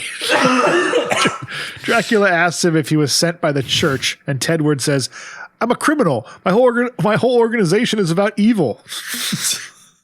The Lobos and everything revolving around them felt like they were written by a fourth grader or a Rick and Morty writer. Yeah. Same thing. Teddy explains he's looking for Renfield, and Dracula is pissed when he hears his familiar save some innocent people. Teddy asks if a guy with fangs and dead bodies everywhere is Renfield's roommate, to which Dracula responds, "He's my servant," and knocks Teddy across the room before turning into a Batnado again. We see Renfield arrive at home at his new apartment where he finds his boss waiting for him in the kitchen while sipping on a nice little eyeball and blood cocktail. Just like a Halloween prop. Drinking at an Halloween party. Turns delicious, though. Yeah. Renfield shouldn't have bought a welcome come in doormat from Macy's. That was a great joke. Yeah. Nod to vampires needing an invitation before they can come into a space. Dracula says Renfield looks like he's the sort of boy who has to fight off the ladies thanks to his colorful sweater, and asks, "I suppose that's a no as to you bringing me my dinner tonight, hmm?" Since his servant clearly has an IKEA run on his mind instead. It's like a minimum of 3 hours, even if you only want one item at IKEA. Trust me. Like a labyrinth. You get lost. Yeah. How else would you buy stuff if you didn't get lost in there and see random shit that you want to add to your cart? True. Oh, meatballs. You can't even get to the like checkouts from the beginning of it. Like you have to go through their like fucking maze to get everything, and then down to the checkouts at the end. I think somebody made a horror game set in like an IKEA that it's just like procedurally generated, like That's whole hilarious. it's just a never ending thing. You're trying to escape a killer trying to catch you. Renfield says he was on his way to see him, which Dracula calls bullshit and goofily listens to him as Renfield explains while he was going to rent a U-Haul to bring him all the bodies. He asks Renfield about the gun-wielding criminals who came after him for killing their men, and Renfield says he never meant to hurt him. Dracula says nothing Renfield could do could hurt him as he knocks over a vase and says, Let me explain something to you, okay? I was wrong about you. I should have realized what you were capable of when you were so eager to join me. Renfield responds that Dracula manipulated him at a low point in his life and he used his powers on him. Dracula says, I use my powers for a lot of things, but I didn't need to use it on you. You were a lawyer who wanted to get rich off a real estate deal. You're the one who used me. You used my power because you're a husk, an empty void that nothing can fill. He goes on to say the only thing that has made Renfield worthwhile is the power Dracula gave him, and says, However, I'm the real victim here. I'm the one you swore to protect. And you abandon me! It's just amazing caginess. I feel like this, like if you really watch the original Dracula, like Nicolas Hoult has so much, like he's so much like bigger and stronger and less like wormy than the guy who actually played Renfield in the original. And I wish that he would have like been more like that, like kind of like shoulders hunched and, kind of the worm that he was in that. And then slowly over the course of the movie, he used his physical acting to show confidence as he went through. But because he seems really tall, at least compared to the other actors that were on screen with him. So they could have played with that a little bit. I feel like Nicolas Hoult almost had too much gravitas for this role. He's too charming for the character. Like end state character, that would have been great. But like you said, as he's like gaining confidence, he's too charming. He's too likable. From the jump, he's like, yeah. Which I think had to have been a directing charming choice because Nicolas Hoult could do that. Yeah. He's a good actor. Timothy Hoult. Timothy Oliphant. Timothy Oliphant. Nicolas Chalamet. This whole time, Renfield looks like a wife who knows she's about to accidentally fall down some stairs, and he says it's not true that he abandoned him, but Dracula cuts him to the core by saying, just like you abandoned your wife and daughter. Renfield says he didn't abandon them, even though he totally did, and Dracula says, you're the monster, Renfield, not me. Which is kind of true. Yeah, but also it's what abusers say, mentally manipulative people to their codependents. Renfield says, that's enough. And then he wields his self-help book about dealing with narcissists at Dracula like a cross. Dracula looks confused and says, what? So Renfield reads him a passage that says, I will no longer tolerate abuse. I love Cage's. What? It's like the guy told him to treat it like his Bible, so he's holding it up like a Bible. Yeah. Dracula laughs in his face and tells him he will find everyone Renfield has ever loved, and he will drain them. And then he says he'll reduce his studio apartment to ash as he floats above his servant and asks who put these ideas into his head. Dracula sees the name of the church where the group meets and decides to teach them a lesson. Thought Dracula couldn't go on hallowed ground. I mean, but also they're like meeting at a gymnasium. It's a gym. So how did he find it? But it says it's a church. So how does he find out that they're meeting at a gym instead of the church? I think it's the gym that's, attached to the church. I don't know. Like, sometimes they have those churches that kind of work as mega church, community center. Yeah, like a community center type of thing. Yeah, okay. That made sense to me. I just kept thinking of Fight Club, but every time I saw that gym, I was like, it's like the same gym from Fight Club. Which I wonder if that was like the pre-visualization. They were like, just think of Fight Club. Yeah. If only this movie would have had the same comedic tone of Fight Club. Oh my rather God. Than this over-the-top goofy shtick. Renfield is Dracula's split personality. He doesn't actually exist. I just feel like the tone of that movie would have fit this dynamic a lot better and would have been much more menacing and scary. Yeah. But I don't think they were going for that.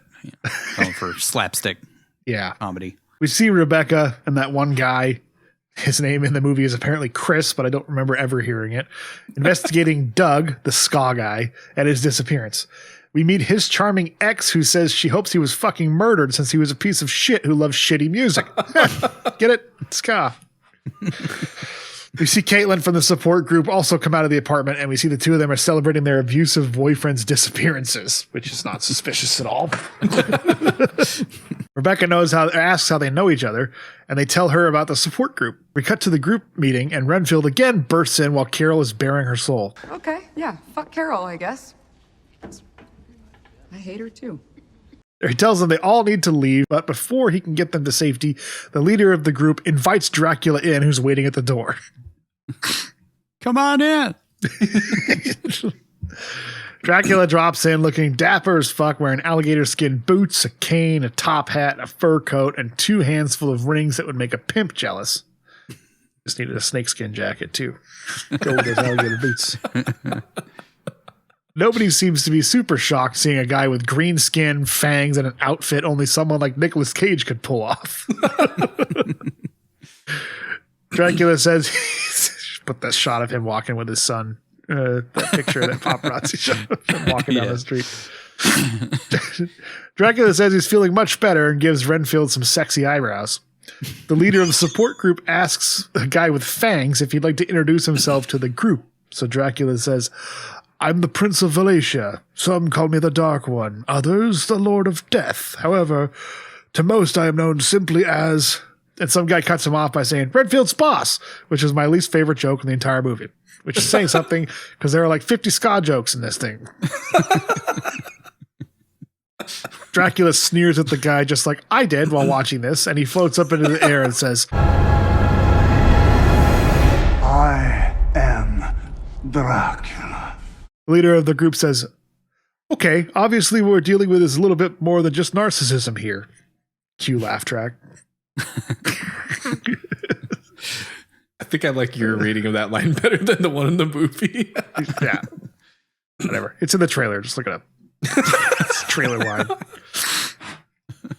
Renfield begs his master not to kill his friends, but Dracula is still a little sore, so he knocks Renfield across the room and turns everyone in the group into Pez dispensers in seconds flat.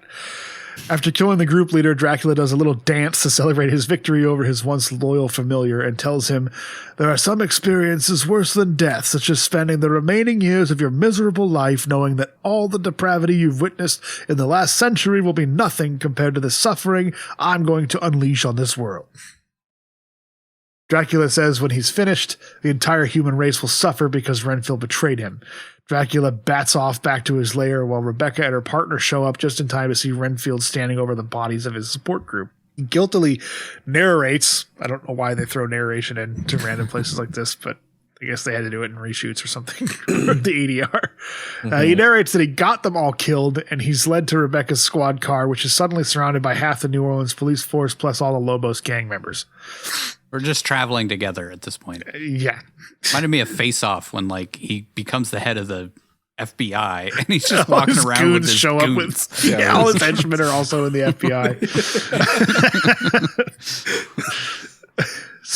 Satan tells her to hand over Renfield. Oh, wait, that's Bella Francesca, the leader of the Lobos gang. The voice threw me off.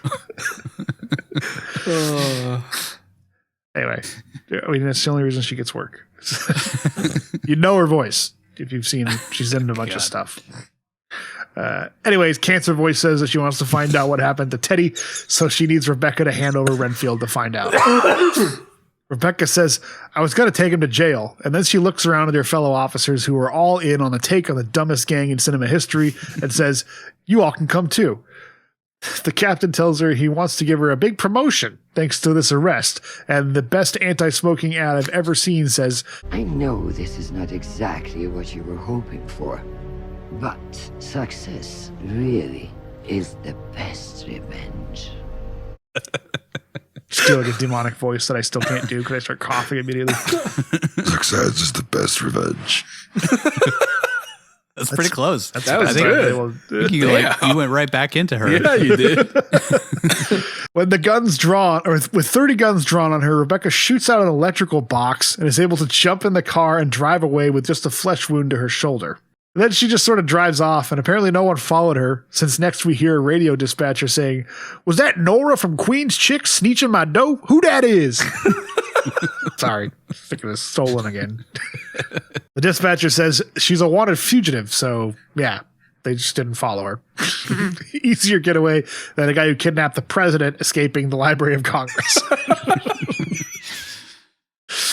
Like, cut back to an abandoned hospital where Teddy wakes up to find Dracula asking about the Lobos and if they enjoy the beheading of their enemies and the impalement of all that oppose it. And Tedward says, "That's like our whole thing, man." Dracula asks if the family can raise him soldiers, and Dracula says he will unleash an army of death whilst warming his skin next to mountains of burning corpses. He asks how that sounds to Teddy, and he says, "It sounds like you got to meet my mom." And then he's like, "I should warn you, though, her voice might even scare the Lord of Death. It's more like the voice I'd expect Cthulhu to have." Anyways, Dracula laughs maniacally, and Teddy says, "Are you happy, or are you going to fuck me up?" And then Dracula does a little fake out of grabbing him while continuing to laugh in his face. I did like that one. It's just like laughing maniacally. Are you happy, or are you going to fuck me up? Act 3. It's about time to wrap this thing up. Rebecca wakes up to find herself in the 1970s. Oh, wait, no, that's just the way that Renfield's apartment is decorated for some reason. Groovy, baby. Why they went with that color scheme and those curtains. Like, I haven't seen those curtains since the 80s. I think it's just supposed to be that's what Renfield thinks is hip. Because he doesn't really get out much, and maybe he remembers it from the 60s or 70s. Why he painted his apartment orange? That's, I guess, it's a happy color. Yeah, it's like the least Dracula color you can imagine. We see that Renfield has made her breakfast, but she pulls her gun on him. He promises that he's still in their custody since he still has the handcuffs on. He had taken them off, but then puts them back on when she wakes up. And then he offers her a snickerdoodle, to which she says, I don't want your murder cookies. Very just Nora from Queens. Awkwafina. Awkwafina being Awkwafina. But this scene in particular, she was just Awkwafina. She almost passes out when she tries to leave, so she decides to eat the murder cookies after all. He explains that he's not a murderer. And that he saved her life twice, so the least she could do is listen to him. And she literally watched him kill people, so... And she was totally cool with it at the time. Yeah. Yeah, she was...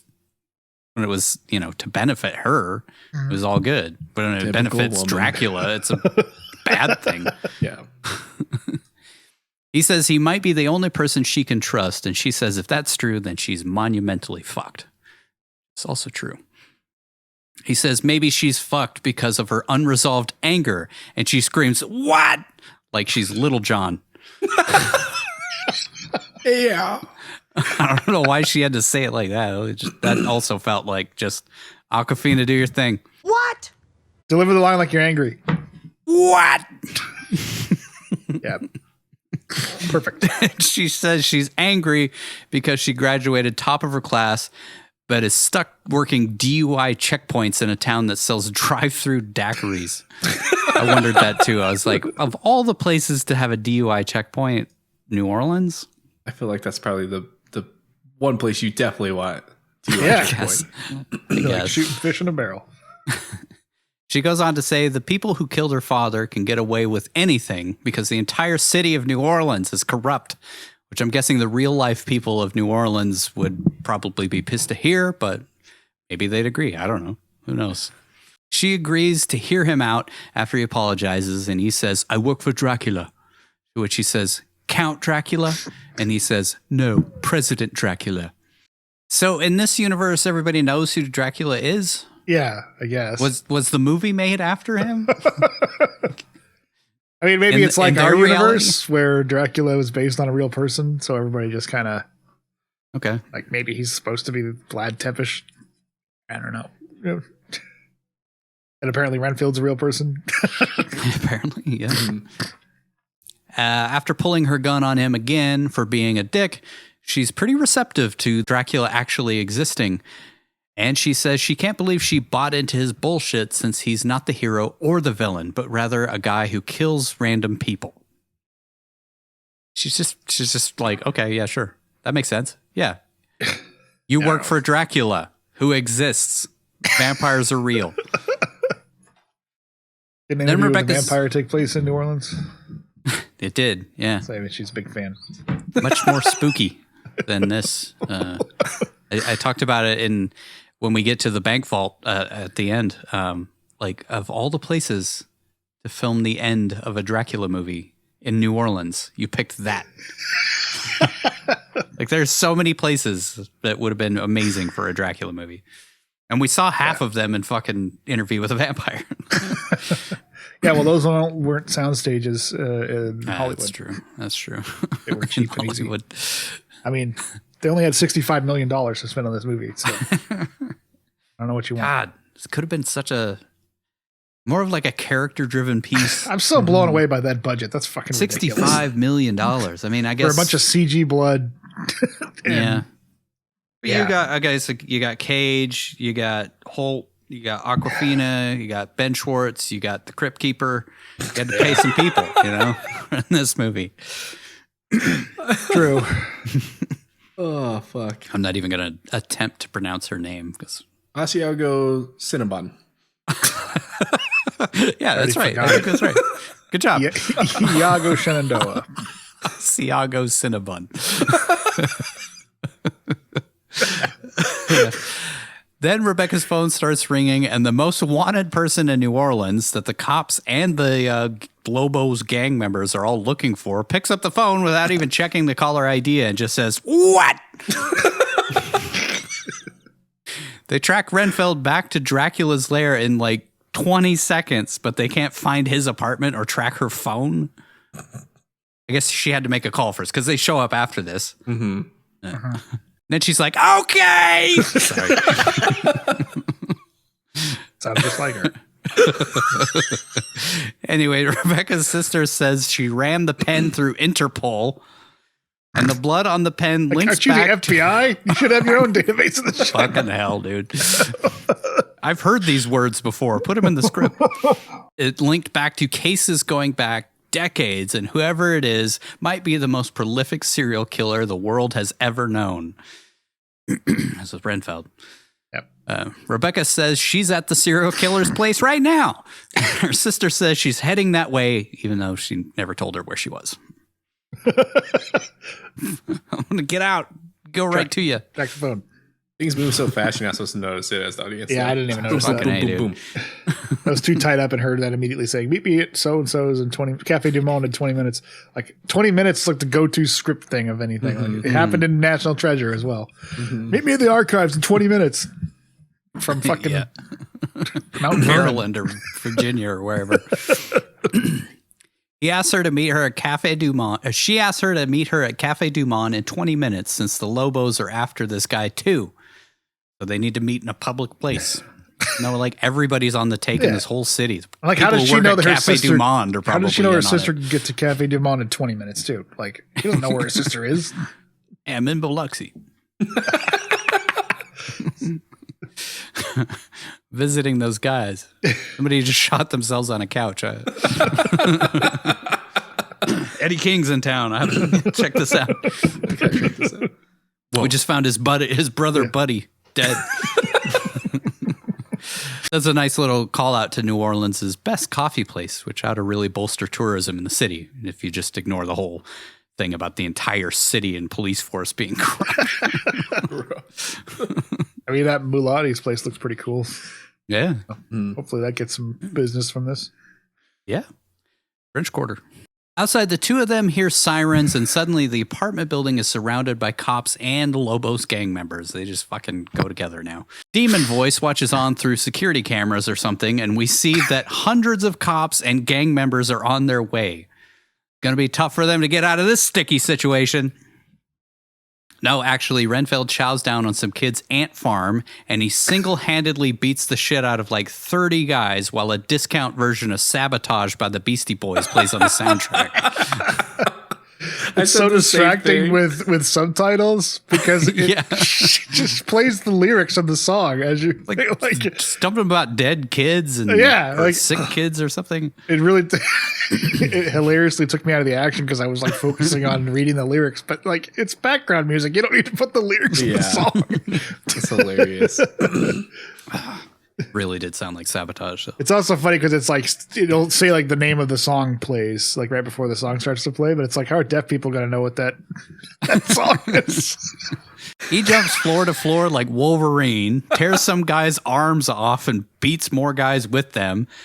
While the human ashtray is shocked since she's able to see every detail of what's going on since she has better access to footage from this dilapidated apartment complex than the control room at the Super Bowl. Dude, there are not cameras all over in that place. God, even if there New were, Orleans, they dude, be angled perfectly for her to watch the entire thing go down. Just watching the whole thing from some control room. Meanwhile, the 5-foot-tall, 120-pound girl with a bullet in her arm holds her own against two SWAT members until Renfield impales them both with that guy's disembodied arms. I'm not sure that arms are that sharp. You know, you can't just throw an arm through somebody's enough chest. Force, I guess. I guess. And they do like, you know, when a tornado happens, they find like the hay has gone through a telephone pole. Yeah. So I guess, yeah, plausible.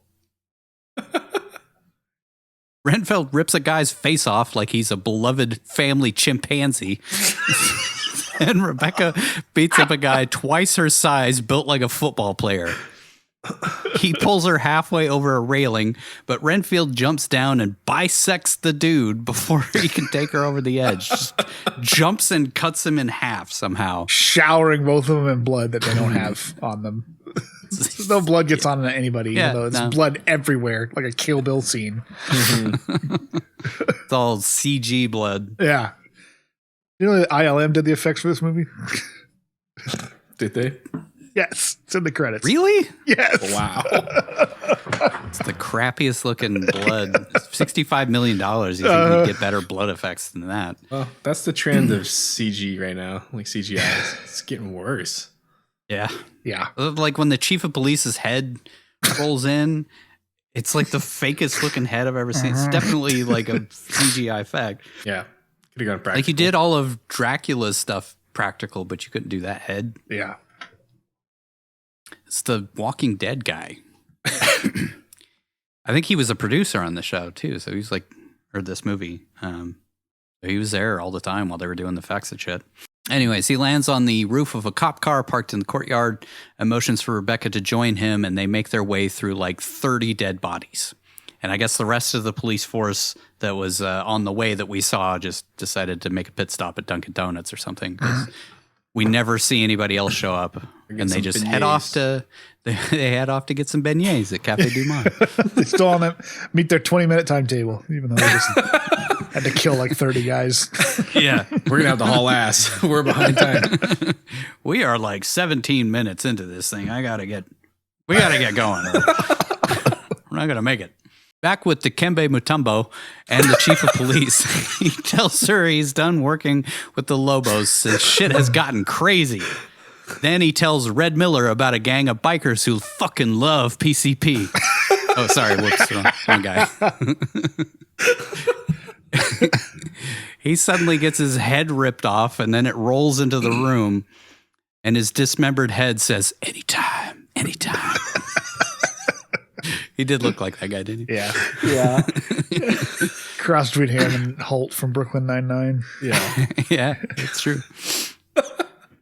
Teddy walks into the room, and his harbinger of death sounding mom asks where he's been. So he introduces her to his new buddy, Dracula, who springs out of a coffin and reveals himself in true Dracula fashion. Does that like slow reveal, which is great. We also see that he's finally at last in his fully healed, most powerful form. So, though, Renfield kind of makes it seem like if he makes it to night, then he'll be much more powerful. So he's more powerful during the night, but I don't know what that was about. Anyways, Deep Throat isn't even the least bit surprised to see a fucking vampire. And after Teddy says he wants to take over the world with them, she says, "Hello, Mr. Dracula." Or should I say, Prince Dracula. Oh, fuck. I bet in the theaters her voice rumbled the room so much it gave everyone near the speakers an instant orgasm. Look how deep it was. Can confirm. Just crazy deep. Rebecca and Renfield have a nice little heart-to-heart at Cafe Du Monde where he talks about his family he abandoned and says Dracula's greatest power is looking into your eyes and fulfilling your dreams. What happens when I look at Nick Cage's eyes? Never mind the fact that they just killed like 4 dozen people. Let's just have a nice chit-chat out in the open, in public. It feels like they added that scene after this. Like that action scene was just added in later. And this was shot as if that didn't happen. Yeah, nobody's following them or anything. Like, they're just, we killed all the cops. All the cops in the city are dead. Killed them all. Let's talk about your family, Renfield. Don't mind it's covered in blood. Oh, wait, they're not. No, they're not. They're not at all. They had time to shower and change. Just fine. He did rip a guy's arms off and beat people with them. And a guy's face off. He ripped his face. And cut. Oh. and stomped a guy in half. And the blood was showering everywhere. And then they land on the pile of corpses. Mm-hmm. Yep. Just perfectly clean. Still wearing his same goofy sweater. He admits that he wanted the power and was greedy, so he willfully abandoned his wife and daughter to stay with Dracula. That was like the first time that he admits that, like, oh yeah, I did. It took me 140 years to admit that I was the bad guy in this whole thing. She says the guy who has been bringing Dracula people to feast on for nearly 150 years isn't such a bad guy, since life throws you a lot of shit. Sometimes you fall under the thrall of a vampire for a few decades, and sometimes you call your sister an unbearable twat at grandma's birthday party. Pretty much the same thing.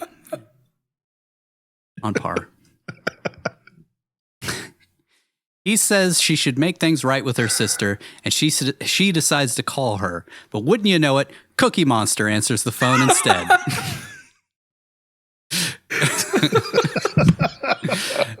Meanwhile, Dracula calls out for his familiar with telekinesis, and Renfield listens as Dracula tells him he has found some people who will unleash his full potential. Like, really, these people? Dracula even would be like, no. Yeah. These people are too stupid for me. It was like a scheme that Nandor would do from What We Do in the Shadows. Monster Voice tells Rebecca they've got her sister while talking on like an iPad or something. Yeah, it's like comically large phone. It was so distracting. I didn't even hear what the conversation was. So I was like, how the fuck? Fucking humongous, dude. Like, is her hand just really small? It was like this, like she's talking on, this is a Kindle, but it's like a yeah, size. she's talking on a Kindle. There we go. Anyways, Powers Booth's ghost tells her sister doesn't have much time, so she decides to head off to save her. Oh my God.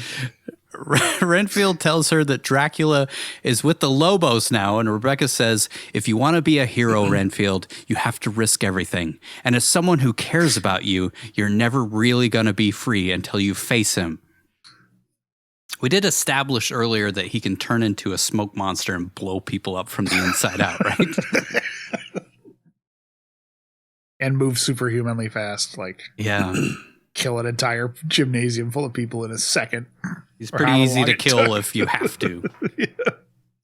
For the plot. They load up some guns and jump into Teddy's impounded Dominic Toretto mobile and head towards the bank building or whatever the Lobos use as a base of operation. They buy a bunch of bugs from a bait shop, get some wooden stakes, and Renfield uses Yahoo to Google how to make a protection circle. They never use those stakes, by the way. No. And Ticks like me off. he doesn't do the protection circle, Rebecca does. And she looks it up somehow. She looks it up in the fucking 20 seconds she's not on camera. Sure. Renfield chows down on some bugs and does the do I have something in my teeth bit from Ace Ventura. And then they just pull up right in front of the crime operation that the entire police force is in on. They just pull up right up front. Probably got a flag of the Lobos. Hey, they don't have any cameras. They only have cameras in shitty apartment buildings around the city. They don't have any of their own surveillance. I guess they're not worried about them at this point. They're like all fucking servants of Dracula. I don't know. It's just so like Bella Francesca is just kind of like, oh, of course. This is happening. All right. Yeah. Yes, of course my son is a familiar of Dracula now. Fine.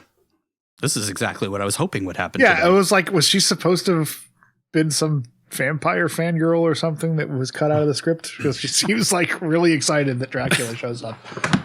Well, the voice like that, she's clearly into voodoo. Yeah.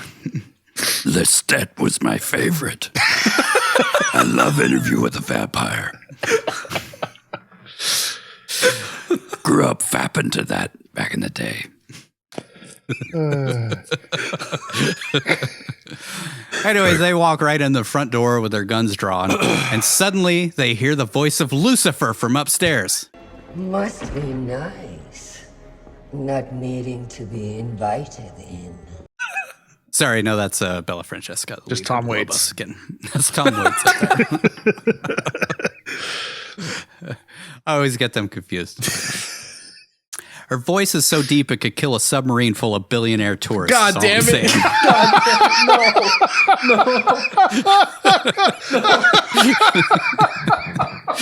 Oh, at least this will come out and we'll have some distance from that. I was that close to a spit take. I hadn't gotten the coffee in my mouth, and I knew what you were saying as soon as you started to say it. I had to stop. Oh, but horrible. Oh God. Then Teddy shows up and says, "Don't I know you? Because you look so familiar." And then he snorts a centipede, which I don't think would work the same as eating one, but whatever movie. It goes into your stomach. Does it? I mean, It goes into your lungs, wouldn't it? You can still snort stuff through your nose and swallow it. I mean, it would snort into your nose and then get into your throat. Yeah, and then you have to swallow it. And then your body is like, that's food. Not and your body's like, that's food. That's how the body works, right? Centipedes are food. It's not air. Next, it's revealed that all of the dumb shit looking goons in this operation have also been turned into Dracula's servants. So it's safe to say that there's no way Renfield and a tiny policewoman will be able to stop them, the cops, and Dracula, right? Well, they don't know how to use their powers right. Yeah, I guess. Yeah. Like Renfield knows because he's been doing it for a long time. And yeah. Plausible. All the goons start doing Lost Boys parkour down to the first floor. And Renfield takes on this army of dudes with the same abilities as him by himself, while Rebecca shoots at them intermittently here and there, when she feels like it. She's just kind of off camera for a while there. Yeah. And they already also kind of established that shooting him wouldn't do anything. Yeah. Well, whatever. Teddy shoots at Rebecca again with Castor Troy's gold guns. He wishes. And then Rebecca shoots him in the chest with a shotgun after she tricks him into dropping his guns because he has the IQ of an olive loaf. Renfield beats up some of the other familiars, then jumps to the second floor and grabs Teddy so Rebecca can get to the next level of Lobos, the curse of the hidden temple. Or whatever. Lobos of the Hidden Temple. Or Bank Vault, whatever this building is. I don't know. In a city filled with architecture that screams that it's haunted, they chose this building for the final battle with Dracula. I'm telling you. Like half of the buildings in New Orleans are abandoned. You could have just like redressed them, you know? Mm-hmm. Rebecca bursts right in and is greeted by Philip Morris's poster child, who says, I need to set the mood first. After Rebecca asks about her sister. At least that's what I think she said, since human hearing only goes down to 20 hertz, so I had to rely on the subtitles. She closes the window and then disappears like Batman out of the scene somehow. Like she's like looks at one window and then she looks at another and she's just gone. Like she just disappeared. Just imagine her scooting out of the scene. Suddenly Dracula appears and takes Rebecca's gun. He then turns on the charm and gives her hand a little kiss. And he says he and Renfield have a complicated relationship, and he can only imagine what she's heard about him. He fell down the stairs, I swear to God. They were hands. Never punched his face. Only the body. We cut to Renfield fighting John Ralphio, where Teddy suddenly realizes he's a slave to Dracula. And we cut back and forth between Dracula trying to seduce Rebecca and a fucking guy named Tedward kicking Renfield's ass. Tedward. Dracula tells Rebecca that with her by his side, they could bring justice to the world and punish the ones who killed her father. He carts in Rebecca's dead sister on a table, then slashes his wrist open while promising to save her sister if she agrees to join him. Even though, like, he slashes his wrist, he's nowhere near her and never goes over towards her. Just like, I could do, and like she's just supposed to know that like the blood coming out of his wrist would save her sister. Yep. Anyway. Somehow Renfield can hear all of this from like 300 yards away through the floor in a different room. By the way, I don't. Psychic link to his master, I guess. I guess, yeah. Teddy asks what Dracula called Renfield again, an empty fucking husk, which, by the way, that scene happened at Renfield's apartment with no one else around, but whatever. And Tedward says he's a full husk, which is stupid. Maybe the implication there is supposed to be that he'd already made him into a familiar, and so he could see through Dracula's eyes, because he has a conversation with Teddy. Why would Dracula give him that information? Yeah, I don't know, because he has. Yeah, you're right, because he throws him against the wall and then leaves to go to the apartment, and then comes back, and then it's sloppily edited, so he wakes up, and then they. Yeah, I don't know. And then they agree to work with each other after that. And it seems like, so it does feel like that because I feel like Dracula is dressed the way that he was before he left. And like when he was with Renfield, he's dressed, all elegantly with like that red outfit and stuff. Anyway. You know that picture of Cage that we saw that was leaked like really early on where he's wearing like a red outfit? I'm pretty sure that was from the black and white section. No, I thought so too, and it might have been, but he's wearing it in this at the end part of the movie here. Really? Okay. Yeah, when he goes to meet Bella Francesca or whatever, he's got the red suit on. He's got the red suit on, So he's got it on right now. It's just so dark, and then I think they have red lighting in those scenes, so it kind of just. He have like a blends in. cloak too over the He top. did. Of that. He had a cape like on, or his cape. Yeah, but he's also wearing the red But suit. yeah, he's wearing that red suit. Yeah. But I thought the same thing when we watched the black and white. I'm like, they must have used that in the black and white shot, so it showed up better than a black suit would. But Yeah. Yep. Anyways, Renfield mercifully finally gets this annoying as fuck character to shut up by downing a few bugs and then spin kicking Teddy's insides out of his ass and mouth. Mortal Kombat fatality. Yeah. It even does the Complete X-ray. with an X-ray. Yeah. Straight out of Mortal Kombat. He heads upstairs and comes in to see Rebecca seemingly succumbing to Dracula's will.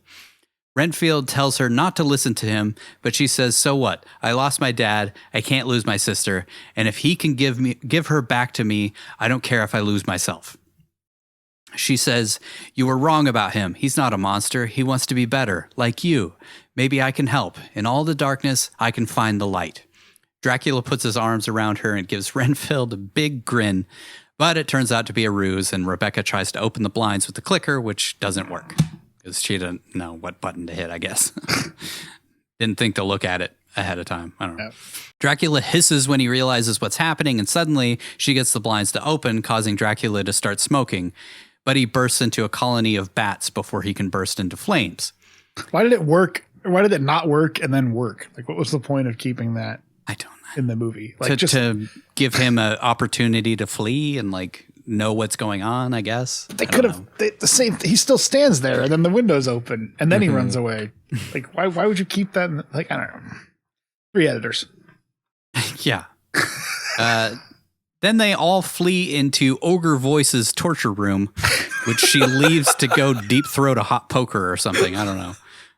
Yeah, she's just out of the movie, right? I don't think she shows up again. She shows up at the end when the sisters arrest her.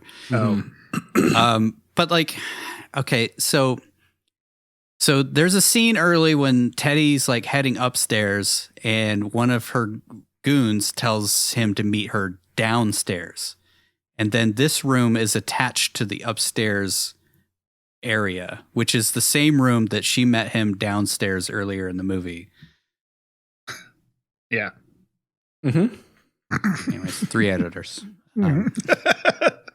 You're not supposed to think about it. It really felt like this was 2 different finales that were shot, and then they had to cut. And they spliced them together. Like they had him turn into bats and then sort of attack the Renfield and Rebecca, and then sort of through them running through the attack, they end up in the torture basement. Mm-hmm. They like kind of run into what it looks like. They run into like an elevator for a second, and that's what I think was supposed to be the implication. Like they all took the elevator together. And also, why did they even run in the first place? They could have just stood in the sunlight, and the bats would have had to leave him alone because he would have burned up in the sun. Well, that's right, ladies.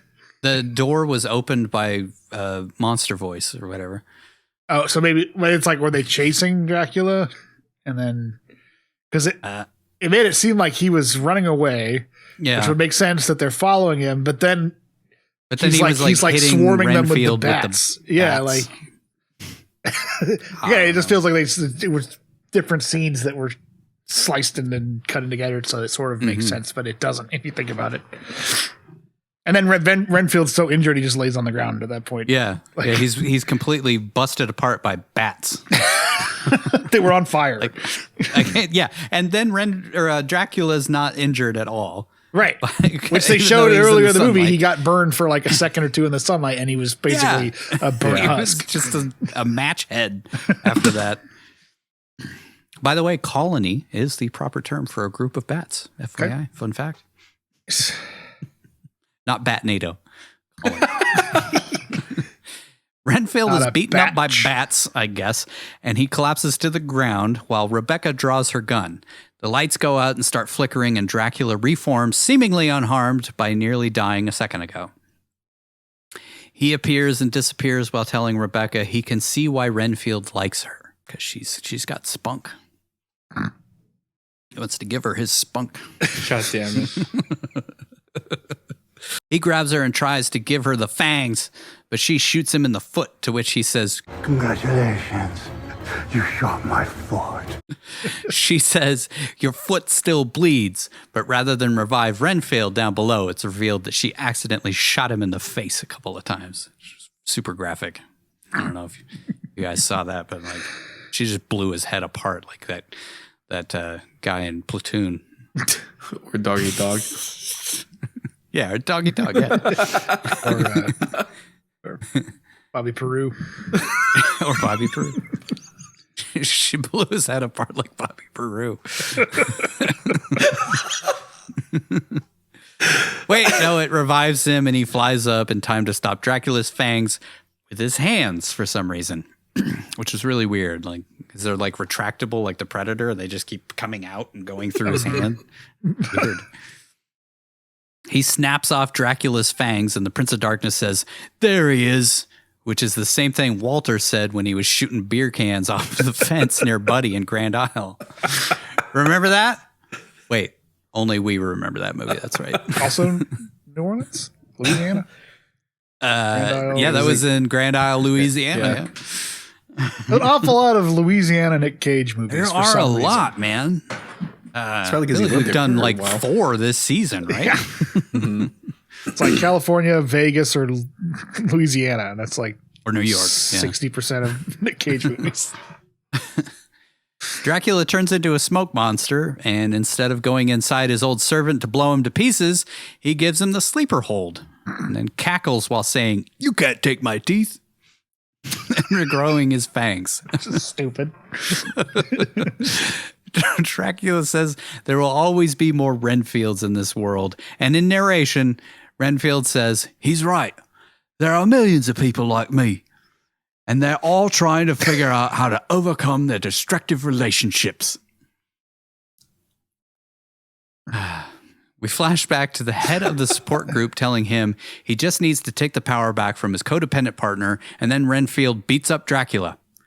Guy can turn into smoke or bats and disappear anytime he wants, but he just chooses to be punched in the face here. Rebecca spots tons of cocaine nearby and gets to work creating a protection circle since it's powder, and I guess that's all it takes.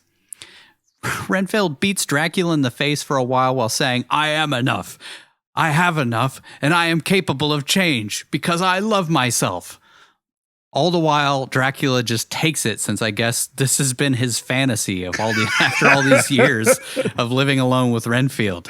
Maybe. I've been waiting for years for this, Renfield. Now drink some blood and spit it in my face. Would have been hot. A great way for the movie to end. Now I'm submissive, Renfield. That's what he's been trying. He's just been grooming him for a century to do this. I've been waiting for you to take charge. Now peg me. They could have used the stakes. Yeah, that's how they used the stakes at the end. They didn't use them for anything. They used them there.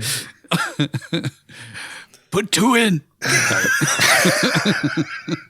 Dracula finally gets up after nearly having his head caved in and turns into a smoke demon again. But again, doesn't like go into people's bodies and blow them up. Maybe it's because like Renfield has power of Dracula. He can't be infiltrated maybe he can't like do that. it to his familiars.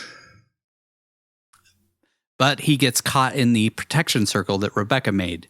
She's shocked it works since she somehow found the instructions on a Wiccan Tumblr page in the 45 seconds that she was off screen. Doesn't seem like there'd be good signal in there, you know? 1, it's New Orleans. 2, she's in like a fucking bank vault pretty much. Yeah. Yeah, Tumblr still pulled up. She asks what they do now, and they decide to go all medieval on Dracula's ass with the torture gear the Lobos had set up around the room. Renfield asks if Dracula has any last wishes, and he says, "I wish to spend a season in hell where all the amusing people are." Then he gives the devil horns and screams, "Hail Satan," which is a pretty fucking badass way to go. No begging for his life this time around. No trying to sweet talk Renfield into saving him. Hail Satan!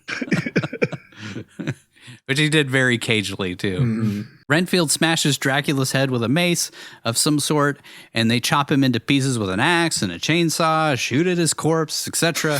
Since no one really knows how to kill a vampire, since there's so much lore out there, Which, they could have somewhat set up a sequel here with that. But, made $26 million on a $65 million budget, so we ain't seeing no fucking sequel to this. Eventually, they boil him with acid, pour his body into little cement ice cubes before stashing them in the sewer. With all that gold. They fucked up, man. They could have just used the stakes. Could have.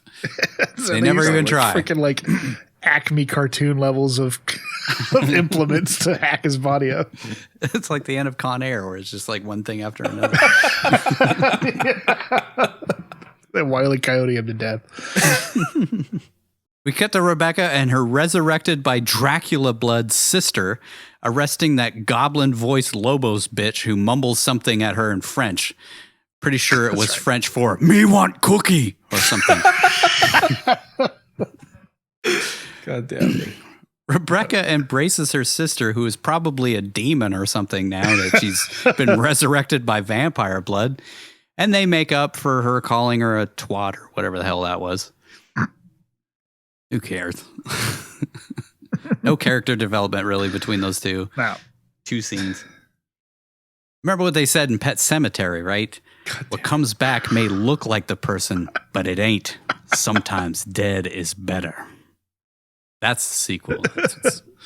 Yeah, it could be everybody they were resurrected with Dracula blood. He just comes back to life through them. Yeah, and they've all got the power of Dracula. Renfield says there's only one thing left to do, and he says he needs to be punished for what he's done. So Rebecca starts pegging him. No, wait. There's a ball gag in his mouth. Anyway, she says people could learn something from someone like him, since he proves it's never too late to be a hero. We cut to he and Rebecca at his support group, where we see he's reanimated the corpses of the members of the group who've all been dead for at least 24 hours. So that's horrifying and best not to think about. He thanks them all for, they probably half rotted. Corpses were already bloating. Juices spilling out of them. All fine, though. He thanks them all for helping him find a way out of his toxic relationship, and then the group leader thanks him for using Dracula blood to bring them all back to life, even Stevens. Then the leader of the group says he saw things you can't unsee and knows things you can't unknow. But then they all have a fun little giggle about it and head off to live their unholy abomination of lives after that. We end the movie with Renfield narrating that he finally faced his demons, and you might also say he chopped his demons up into tiny little pieces, encased them in concrete, and flushed them down the drain. And if he can find the power to do that, then maybe everyone can. Metaphorically speaking, of course. The end. Man, it sure was easy for the Lobos gang to track down Dracula's lair. Seriously, 10 seconds of magic movie hacking and these guys were strolling in the front door without even being invited.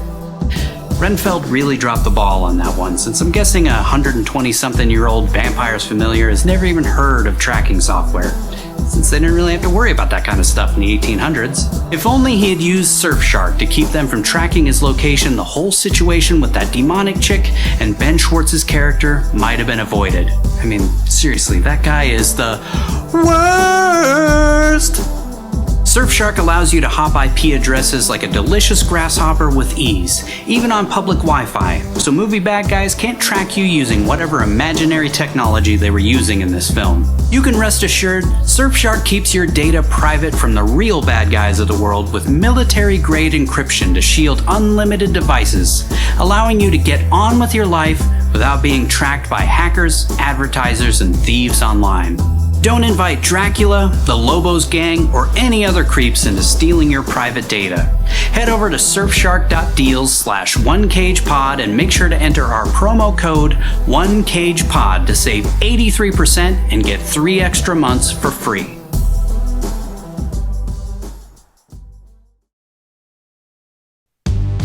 We have a Coppola questions before we move on. Coppola questions here. How did Rebecca know Teddy driving to the DUI checkpoint was related to the crime scene that Apache Joe was beheaded at? Were they like a block away or something? I didn't even think about that. Don't know. She somehow pieces together that those 3 missing person who died at that crime scene, whose blood was probably at that crime scene, which would have been real fucking easy to figure out. Somehow that was related to Teddy driving through the DUI checkpoint. I'm gonna be honest, I completely forgot about the crime scene subplot. 'Cause it's pointless for the rest of the movie, I guess. I don't know. They never investigate people whose heads were just ripped off of their bodies or anything. Never. I guess With a mountain of Renfield cocaine picked all that shit in that up room. and took it with him. Yeah, he but took like the there would have bodies been with him. blood that's true. everywhere, including his own. And the blood was on Teddy's car, which they definitely would have checked when it was impounded. Yeah. We definitely see that it was impounded. Yeah, I don't know. No answer. Just completely forgot while they were editing it. They gave up. Hey, they're all working for the Lobos. It's true. Why investigate anything? Waves away anything. That explains why everything just fell all together at the same time in Bad Lieutenant. It was like they decided that they were going to bust Big Fate finally. But they're all working for Big Fate. Yeah. They decided to turn on him. Why wear a disguise to the mulattes or whatever if Teddy was just going to take it off 2 seconds after walking in the door? No, it looks cool because they're like wolves. Yeah. Okay, that's it. Look cool. Why didn't the cops just kill Rebecca? I mean, obviously nobody would have investigated it. Right. Because they would have been the ones who did They're it. all in on it. So, yeah. Everybody. Yeah, all right. They wanted to promote her instead because Yeah. that's how you. That's when they decided to try and bribe her. But before that, for some reason, they never tried to bribe her or. Right. Maybe because she was too incorruptible because of her dad. So they never tried. Yeah. But yeah, then they should have just killed her. Just kill her. Renfield didn't think Dracula would find out about his little apartment thing. Like, wasn't he wondering, like, where is he? Why isn't he coming back? Uh-oh. Also, that was mine. Aren't they connected? So yeah, he knows where he is. He knows where he is. He could find. Why that. are you He cleaning found the apartment. counter, Renfield? Planning on eating there? Why'd you buy hamburger meat? Yeah, no. Yeah, so he would have known. Yeah, he would have known. Yeah, Yeah, sorry. yeah. But Renfield was trying to look after himself for a second, but should have known that wasn't going to go out. Mm-hmm. So none of the Lobos or cops followed Rebecca when she fled. Yeah, that was one of mine too. They all just like watched the car drive away. Like, yeah, there were so many of them there. Couldn't set up She a just roadblock. disappeared. They couldn't afford to do a chase scene. Do a DUI checkpoint for her driving through. She drove away in her car too, her cop car. Yeah, Yeah. which They can't is track it? low jacked. It's like who able to track that thing? There's just so many things like that in this movie. I hate when scripts do that as well. It's just like, oh, then they got away. Whatever, move on. Yeah, just like Book of Secrets, where it's just like So they just escaped the Secret Service, the FBI, and the entire police force of Washington, D.C. by driving over a pylon? Right. Because they were all trapped behind it? Well, fuck off. I guess nowadays most cities and states have a no pursuit policy, so they just have to let them go. No high speed. They don't want high speed chases anymore. He kidnapped the president. No. That doesn't make sense. That's different. Oh, okay. I'm talking about now. Renfield world. Yeah, that's where they care about the laws. Mm-hmm. Pursuits. No pursuit. Not allowed to chase anymore. Working with the on the take of the gang members. Why would they care about any You still have to rules? respect some of the law. I hate loiterers. That's where I draw the line. No pursuits. Why would Renfield take Rebecca to his apartment when he knows Dracula knows where he lives? I guess it's the daytime. But didn't he want I don't know. Didn't he want Renfield to be caught by the Lobos too? Or is he just wants to watch him be tortured by this whole thing? I don't know. I'm guessing he took her there because, like you said, it's daytime. He can't go. Dracula can't show up. We also saw that he's working with the Lobos in the previous scene, and then he just takes him back to the apartment where Dracula knows where he lives. But does he know that he's working? Oh yeah, because he mentions that he found a group of people that help him achieve everything. Yeah. Well, I guess that happens later on. Yeah. Maybe they shot it out of order and edited out of order, and it was a holdover from whatever version. Yeah. Before one of the three editors changed how things were presented. And why did the cops show up at that time and not earlier than that? Yeah. Because they could have tracked her phone, could have tracked her car. She probably has a GPS unit on her police belt or something. I mean, we see in the camera footage that fucking Monster Voice is watching that they have body cams on them. So Rebecca probably has one too. Well, no, she's just a traffic cop. They're not going to give a traffic cop body cam. That's a waste of money. Yeah, traffic cops never shoot anybody. Never happened before. So saving some innocent people once in 150 years was enough for Dracula to think Renfield would never serve him again. Just that's the last straw. You saved some innocent people and this guy came to our lair. So that's it. You're cut off.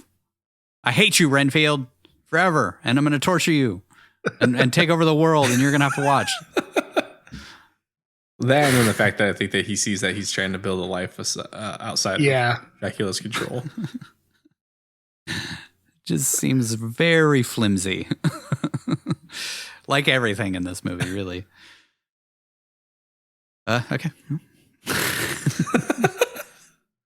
Why not spread Dracula's cement cubes out a bit, rather than all in the same spot? Just fling them in random places over the next couple of days. We watched Terminator 2. We know what happens. Spread that shit around the world. Yeah. Put it up on eBay. Throw one out in the ocean. Yeah. Shake him out of a Folgers can over a cliff. It's time to keep track. Here are the final stats. All right, Nigel, you want to hit us with the old curse tracker? Yeah, this was another movie where he didn't curse. Everybody else did. If we were tracking everyone else's curses, I think this movie might have more than any other film we watched. It was like we said, it was like every other line someone had just threw a fuck in there because it's funny. It's just a crutch. I don't know if they were ad-libbing or if it was written that way, but it was just like, fuck, just fucking do that. Fuck off, Kyle. Fuck, I kind of figured because it seems like something Cage would have brought to us, the Dracula would not curse. He's too refined for such things, Yeah, he's older than cursing that much. I mean, I guess fuck would have been around back then, but not in Transylvania, wherever he was from. I wondered about that. I was like, I wonder if he is going to swear at some point because that's a Cage thing, but maybe not a Cage Dracula thing. But yeah, so they, like when he says "Hail Satan," it would be like "Hail fucking Satan." We were like into the part of the movie when Teddy tries to run from the traffic stop, the DUI checkpoint. Then my wife was like, "Are you writing down all the swears?" Because there had already been like 100 of them by that point in the movie, and I was like, "No, only when Cage does it." Yeah. so luckily, I don't have to track all that. But he does it 3,000. That was so. Part of me was curious, so like, oh, should I go track everybody in the movie? And I'm like, fuck that. My God. Although there are honorable mentions for God and hell, but he's mentioning that he can become a god and he wants to spend a season in hell. So don't count those as swears. Yeah. Yeah. For grand totals, what, 672? Right? We are still at 672. So yeah, for a movie as gory and profanity laden as this one, which is potentially the most of both of those things that we watched, he doesn't swear at all. I feel like that's kind of one issue that like R-rated films nowadays are having is they're like, oh, we have an R-rated, just say fuck every second time of the whole movie. You can use it in any word, especially comedies, because it's funny. That's how people talk. Like I'm not a prude. I say it all the time too. It just sort of, I don't know. It gets annoying and not funny in a movie. Yeah, like it just sort of takes you out. It just seems lazy. Like you're just having the actors ad lib, and that's the best they can come up with is just throw fuck into every line to add weight behind it. Yeah. In Massive Talent, we had the same issue where it was like, Jesus Christ, there's a lot of cursing in this movie. Like unnecessarily, but it was about Nick Cage, so it makes sense, I guess. He does curse a lot. It does, but if I remember in that one, he cursed more towards the end of the movie. Like it was like as you got into the third act, he becomes more cagey and as he's embracing the action part of his career. Run time. This was only 93 minutes long, which puts it pretty low on the spectrum as far as our longest films. Not even close. This season we had a lot of long ones. We did have a couple like really short ones, like Arsenal was only 92 minutes. Mom and Dad was 86 minutes. Renfield, 93. Yeah, and Stolen was 96, thankfully. Nudity, there was none, but it was an R-rated film. It wouldn't feel would feel really out of place in this film to have nudity. Surprisingly, for how crude and gory it is, to have like a pair of tits would be really weird. A pair of breasts would feel very strange. I don't want to say tits gratuitous for some reason. It feels a little too on the nose. Like in Mom and Dad, they were on his nose. God damn it. State and Country Tracker, New Orleans again. I think this is like the fourth time we've gone to New Orleans. And then I guess we could count Transylvania, which is in Romania. So sort of go to Romania for a third time, 3 times. Yeah, that's Romania weird too. Now. Which is kind of weird. But that's 5 times now in Louisiana, which, as we said, California and New York and Louisiana are like the most popular spots for some reason. I think it's because Cage really likes New Orleans for some reason. So I think he's the one who's like, we should shoot in New Orleans. I like it down there. It's spooky. He owned a house out there for a while. He has his pyramid sarcophagus that he got is in New Orleans. That's where he wants to be buried. So all right. He's very connected to the city. That brings our grand total up to 24 states and 20 countries. Budget versus gross, $65 million budget. I just looked it up, and 26.6 as of today. This isn't coming out for a long time, so it'll be long done.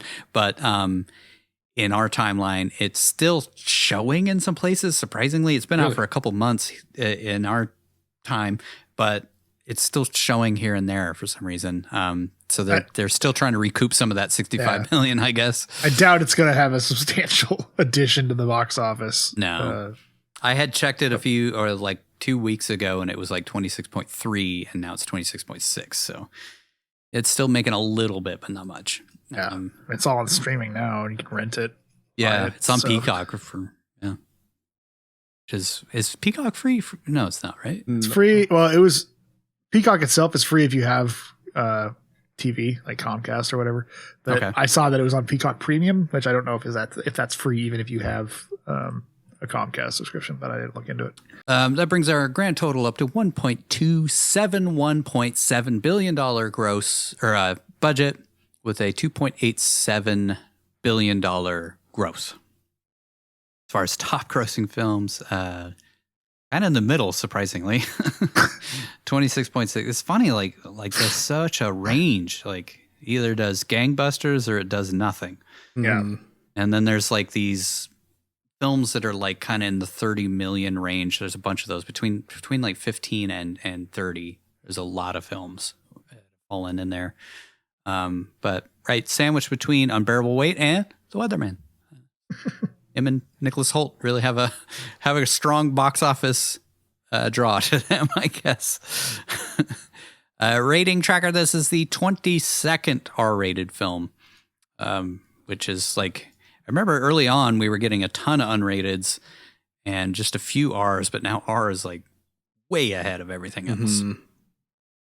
And that leads us over to the Cage Kill Tracker, which I can't wait to hear what this number is. All right, so kills 20 maybe. I don't know how we handle the resurrections, but I just counted them still as kills because we killed them. Yeah, I feel like you could count them. Yeah. So they were killed. Yeah. So we'll put it at a 20, and that brings our grand total to 201 over the. That was mostly in the support group, right? Support group, yeah, and then killed like 5 of those goons too, right? Yeah, it kills the vampire hunters at the start, and then so the vampire hunters, the goons, and then the majority of it comes from the support group. Okay. For some reason, I thought there were more people in there. I figured there were like 16 or so. In the support group. That. Yeah. No, I'll go back and double check, but I don't. There wasn't that many. It feels like a lot more, but I think it's just the way that they're all kind of crammed together. So that brings our grand total to 201 for kills and deaths. He died again, bringing us to 12 total deaths, which is still pretty low for the amount of movies that we've done. Yeah, like we said many times, like we started out with like 5 straight. Yeah, but we've slowed down. I forget what the last death was. Arsenal, maybe. Arsenal. Yeah, that makes sense. Thankfully, he died.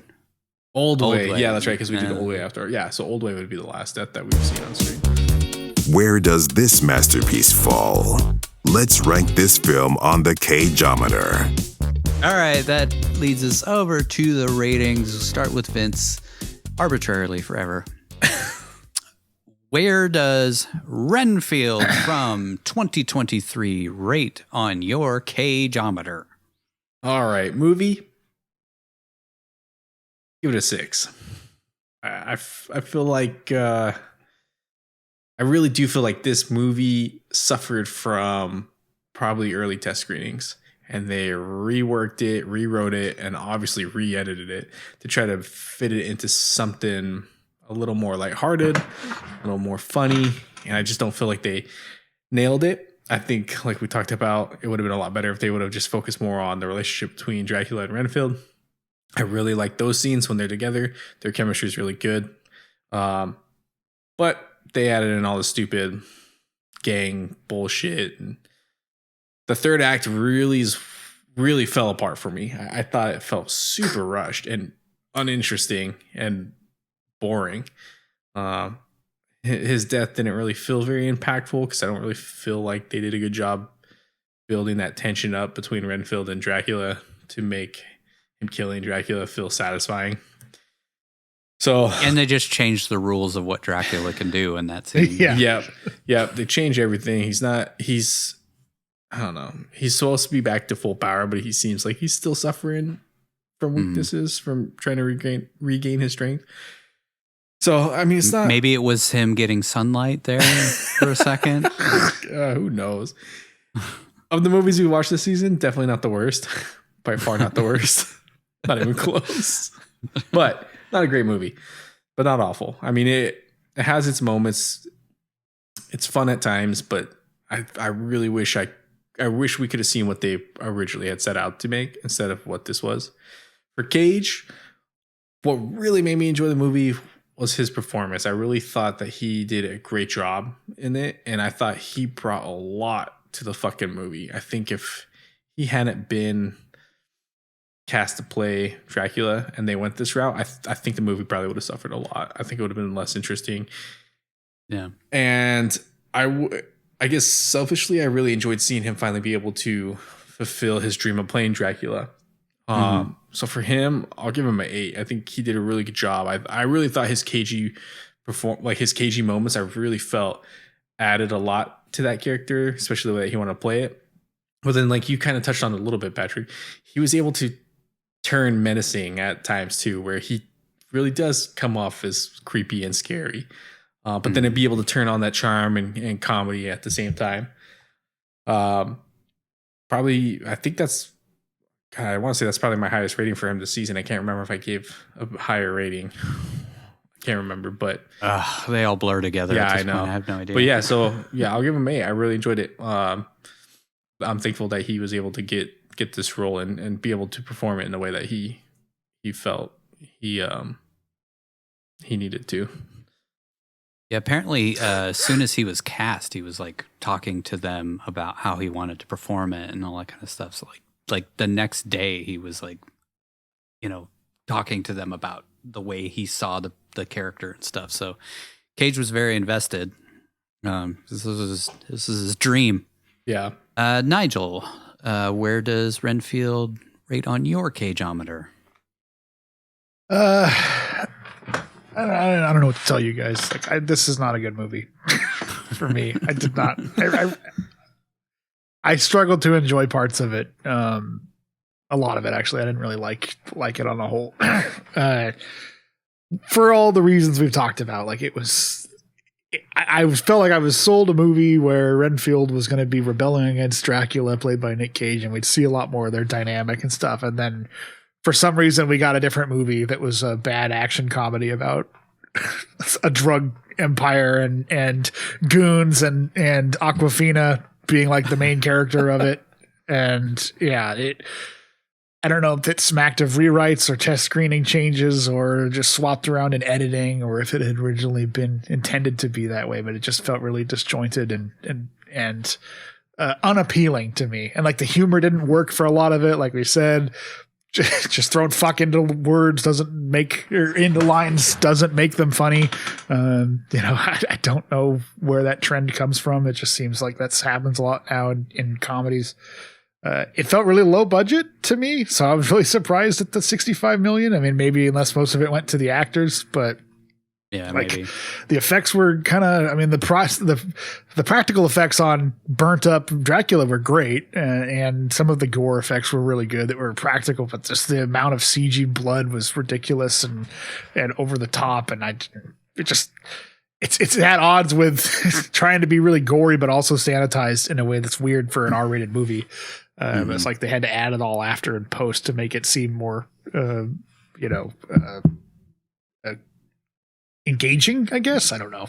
The action was pretty good, but yeah, for me, this is a 4 out of 10. I rank it pretty low. And I hate to say that because I was excited because Cage got to be Dracula finally, and I know that's something he's wanted to do, and I was excited to see that, but I don't know. It's just a lot of this stuff in this movie didn't work for me. Like you said, the B plot is the A plot, and it's not interesting, and it's just written so poorly. And I know you can say part of that is because it's a comedy, so don't take it so seriously. But I don't know. I've seen good comedies that are funny and written well enough to not detract from the overall theme of the movie and the tone. And I feel like the emotional core of it is supposed to be that Renfield overcoming his codependency and gaining his power back and stuff, but a lot of that felt really forced and shoved into it, which is strange because it feels like should have been the crux of the movie and not something that was added to it, but it just kind of felt like it was. And then the forced relationship between Rebecca and Renfield is just, I don't know why they had to do that. I mean, I guess you could say they sort of stay platonic at the end, but it's obvious he's got kind of an interest in her and she's got an interest in him, and it's just, I don't buy it. Yeah, they don't have chemistry at all. Yeah. They don't have romantic chemistry at all. Yeah. Friendly chemistry. Yeah, and I guess maybe I'm just looking into it expecting that to be in a romantic aspect from the way movies are done. And it could just be that he wants a friendly connection with somebody that's not Dracula that he's had for 100 years. But it still didn't even feel like they were just telling us that they liked each other, but it didn't really seem like there was any reason for them to like each other in the movie.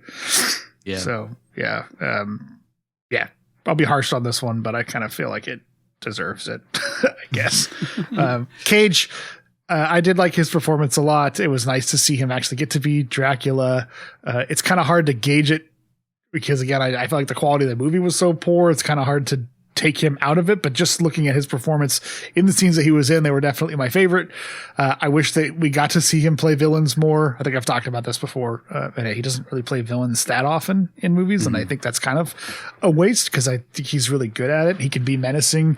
And he kind of straddled that line of comedy and menace and horror in this, which again is kind of the tone of the movie, and I don't know if it worked 100% of the time, but it was good for what we got, so I give him a 7 on that. I think he's definitely a highlight of it. The movie's, if you're at all interested in Nick Cage, it's worth a watch for his performance in it, just to kind of see him get to play this sort of titan of the silver screen, as it were, like wanting to live up to that Dracula performance in one of his favorite movies.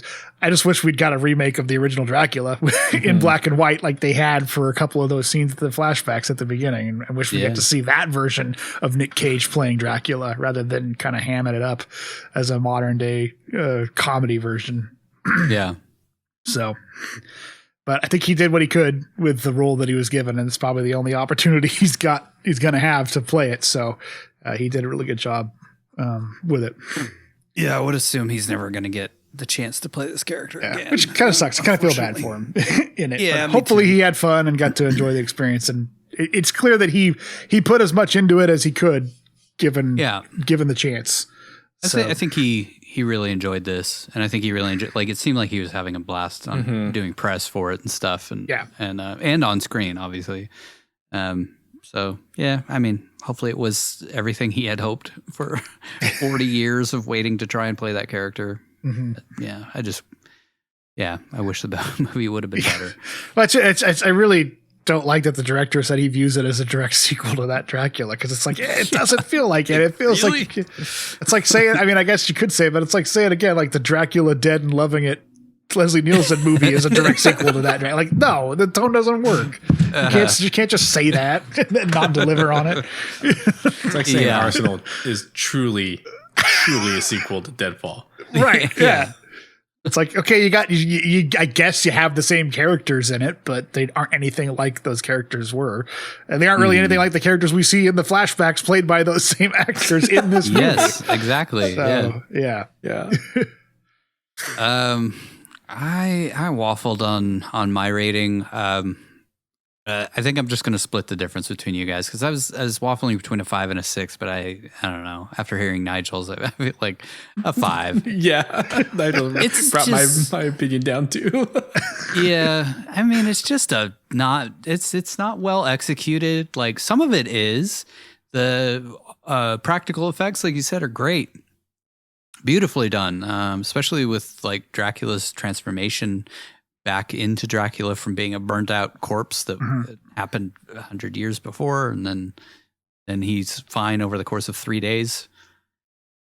Yeah, I thought that it was more recent, and like the vampire hunters were just dressed that way because they're vampire hunters, so they dress like old timey stuff. I guess it's plausible either way. It could have been something that happened in the 1800s, but it also feel like Renfield kind of set it up to seem like it took a long time. These little down periods took a long time for him to regenerate, but we literally see it happen over the course of like 3 days. Right. He goes from like fucking the guy from RoboCop to being full on Dracula again in like 3 days. And maybe that's why he's able to beat him at the end, is because he's not actually fully back. And he just physically looks like he's fully back, but he's not as powerful as he should be. Anyways, I mean, going down the line, like the plot is mediocre. It's not great. I really wish we would have seen more of just Renfield and Dracula. They hardly even have scenes together. It's like 3 scenes that they're actually in the same room. Most of it is like Renfield out and about doing his own thing, and then we cut to a couple of shots of Dracula, and that's about it. I mean, like Dracula's in like 5 scenes total. I feel like the first act he's in like 2 scenes, and that's it. Like he's just barely in the fucking movie, and it's. I mean, I get that it's supposed to be focused on Renfield's story, but we don't even follow him really. We follow Awkwafina's story and the Lobos gang and like all this stuff that's just like you took the most important and most interesting part out of the movie. The Renfield Dracula story is like barely in there. And you focused on this stupid ass gang that's just like so comically stupid and ridiculous that it's not funny anymore. Yeah. Like it's just so over the top dumb that it's not funny. And you know, like you said, like you could just be, just have fun. It's a comedy, but it's like you could write this so much better. And you know, maybe it was written so much better. I do feel like it started out as like, you know, it could have been like a short about Renfield going to therapy and getting over his, you know, relationship with Dracula, and like that could have worked really well. But you just made it too much about this Lobos gang and Awkwafina's character and all this stuff.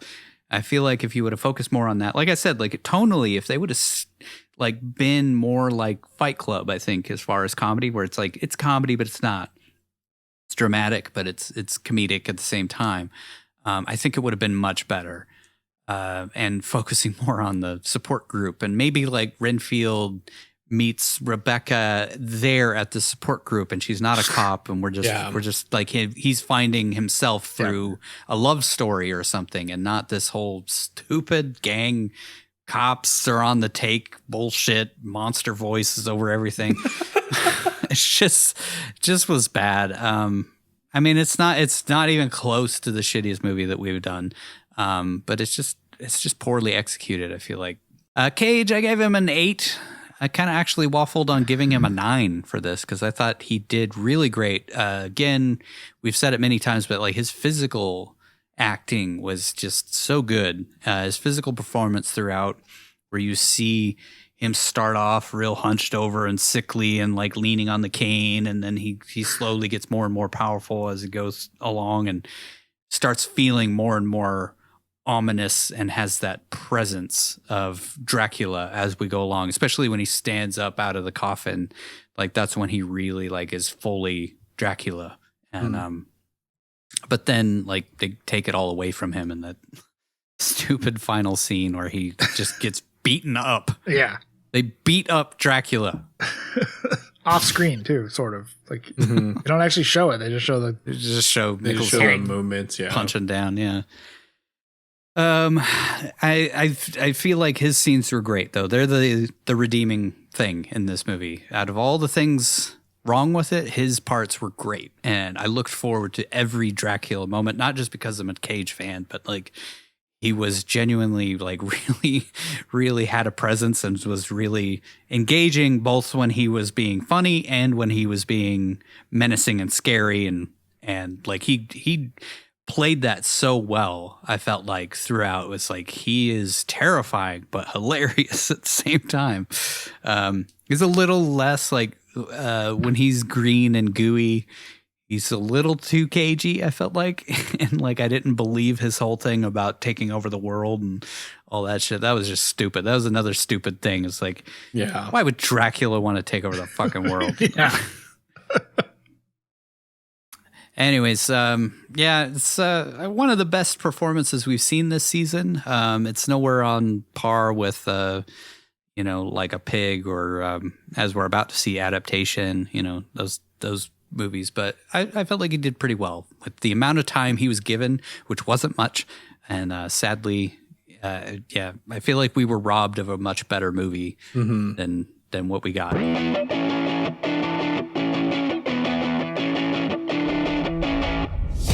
Here it is, the moment you've all been waiting for. These are the cagiest moments of the film. What is this? That's Doug, I believe. Doug is trash! You feed him is trash! I'm sorry, Master. This one doesn't even have a head! Oh, no, he did have a head. Yeah, I don't ask for much, Renfield. You're just the blood of a few dozen innocent people. Oh, I'm sorry, Master. Let's get... A busload of cheerleaders. A busload of cheerleaders? A busload of cheerleaders would get me back to full power like that. Do you mean female cheerleaders? You don't make it a sexual thing. No, I did not say it was. You know it's not the gender I'm concerned with. Yeah, I'll eat boys, I'll eat girls. It's the purity. Why am I not embracing what I truly am? Which is? A god, Renfield. An immortal, insatiable, all-powerful being. For them, it's a dangerous, sad, broken place, full of fear and desperation. It's weak. So why should I have to adapt to it? You should have to adapt to me. You look like the sort of boy who has to fight them off. So, I suppose that's a no as to you bringing me my dinner tonight? No. No? No, not a no. No, not no. Yeah. However, I'm the real victim here. I'm the one you swore to protect. And you abandoned me! I will unleash an army of death whilst warming my skin next to mounds of burning corpses.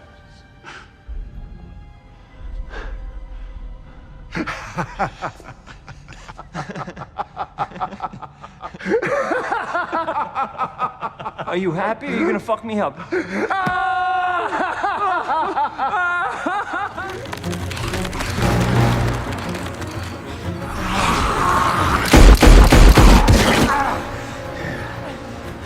Congratulations.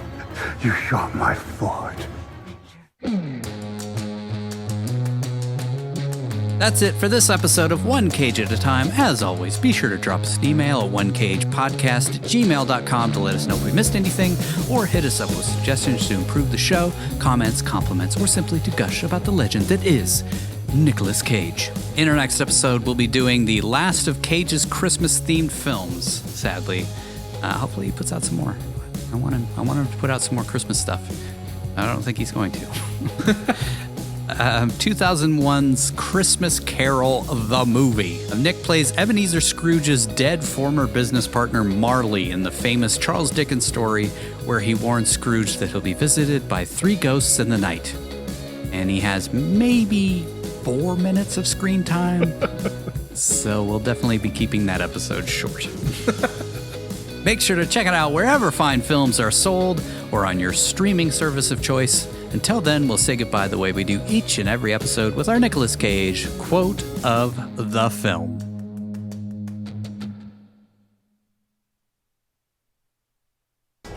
I wish to spend a season in hell where all the amusing people are.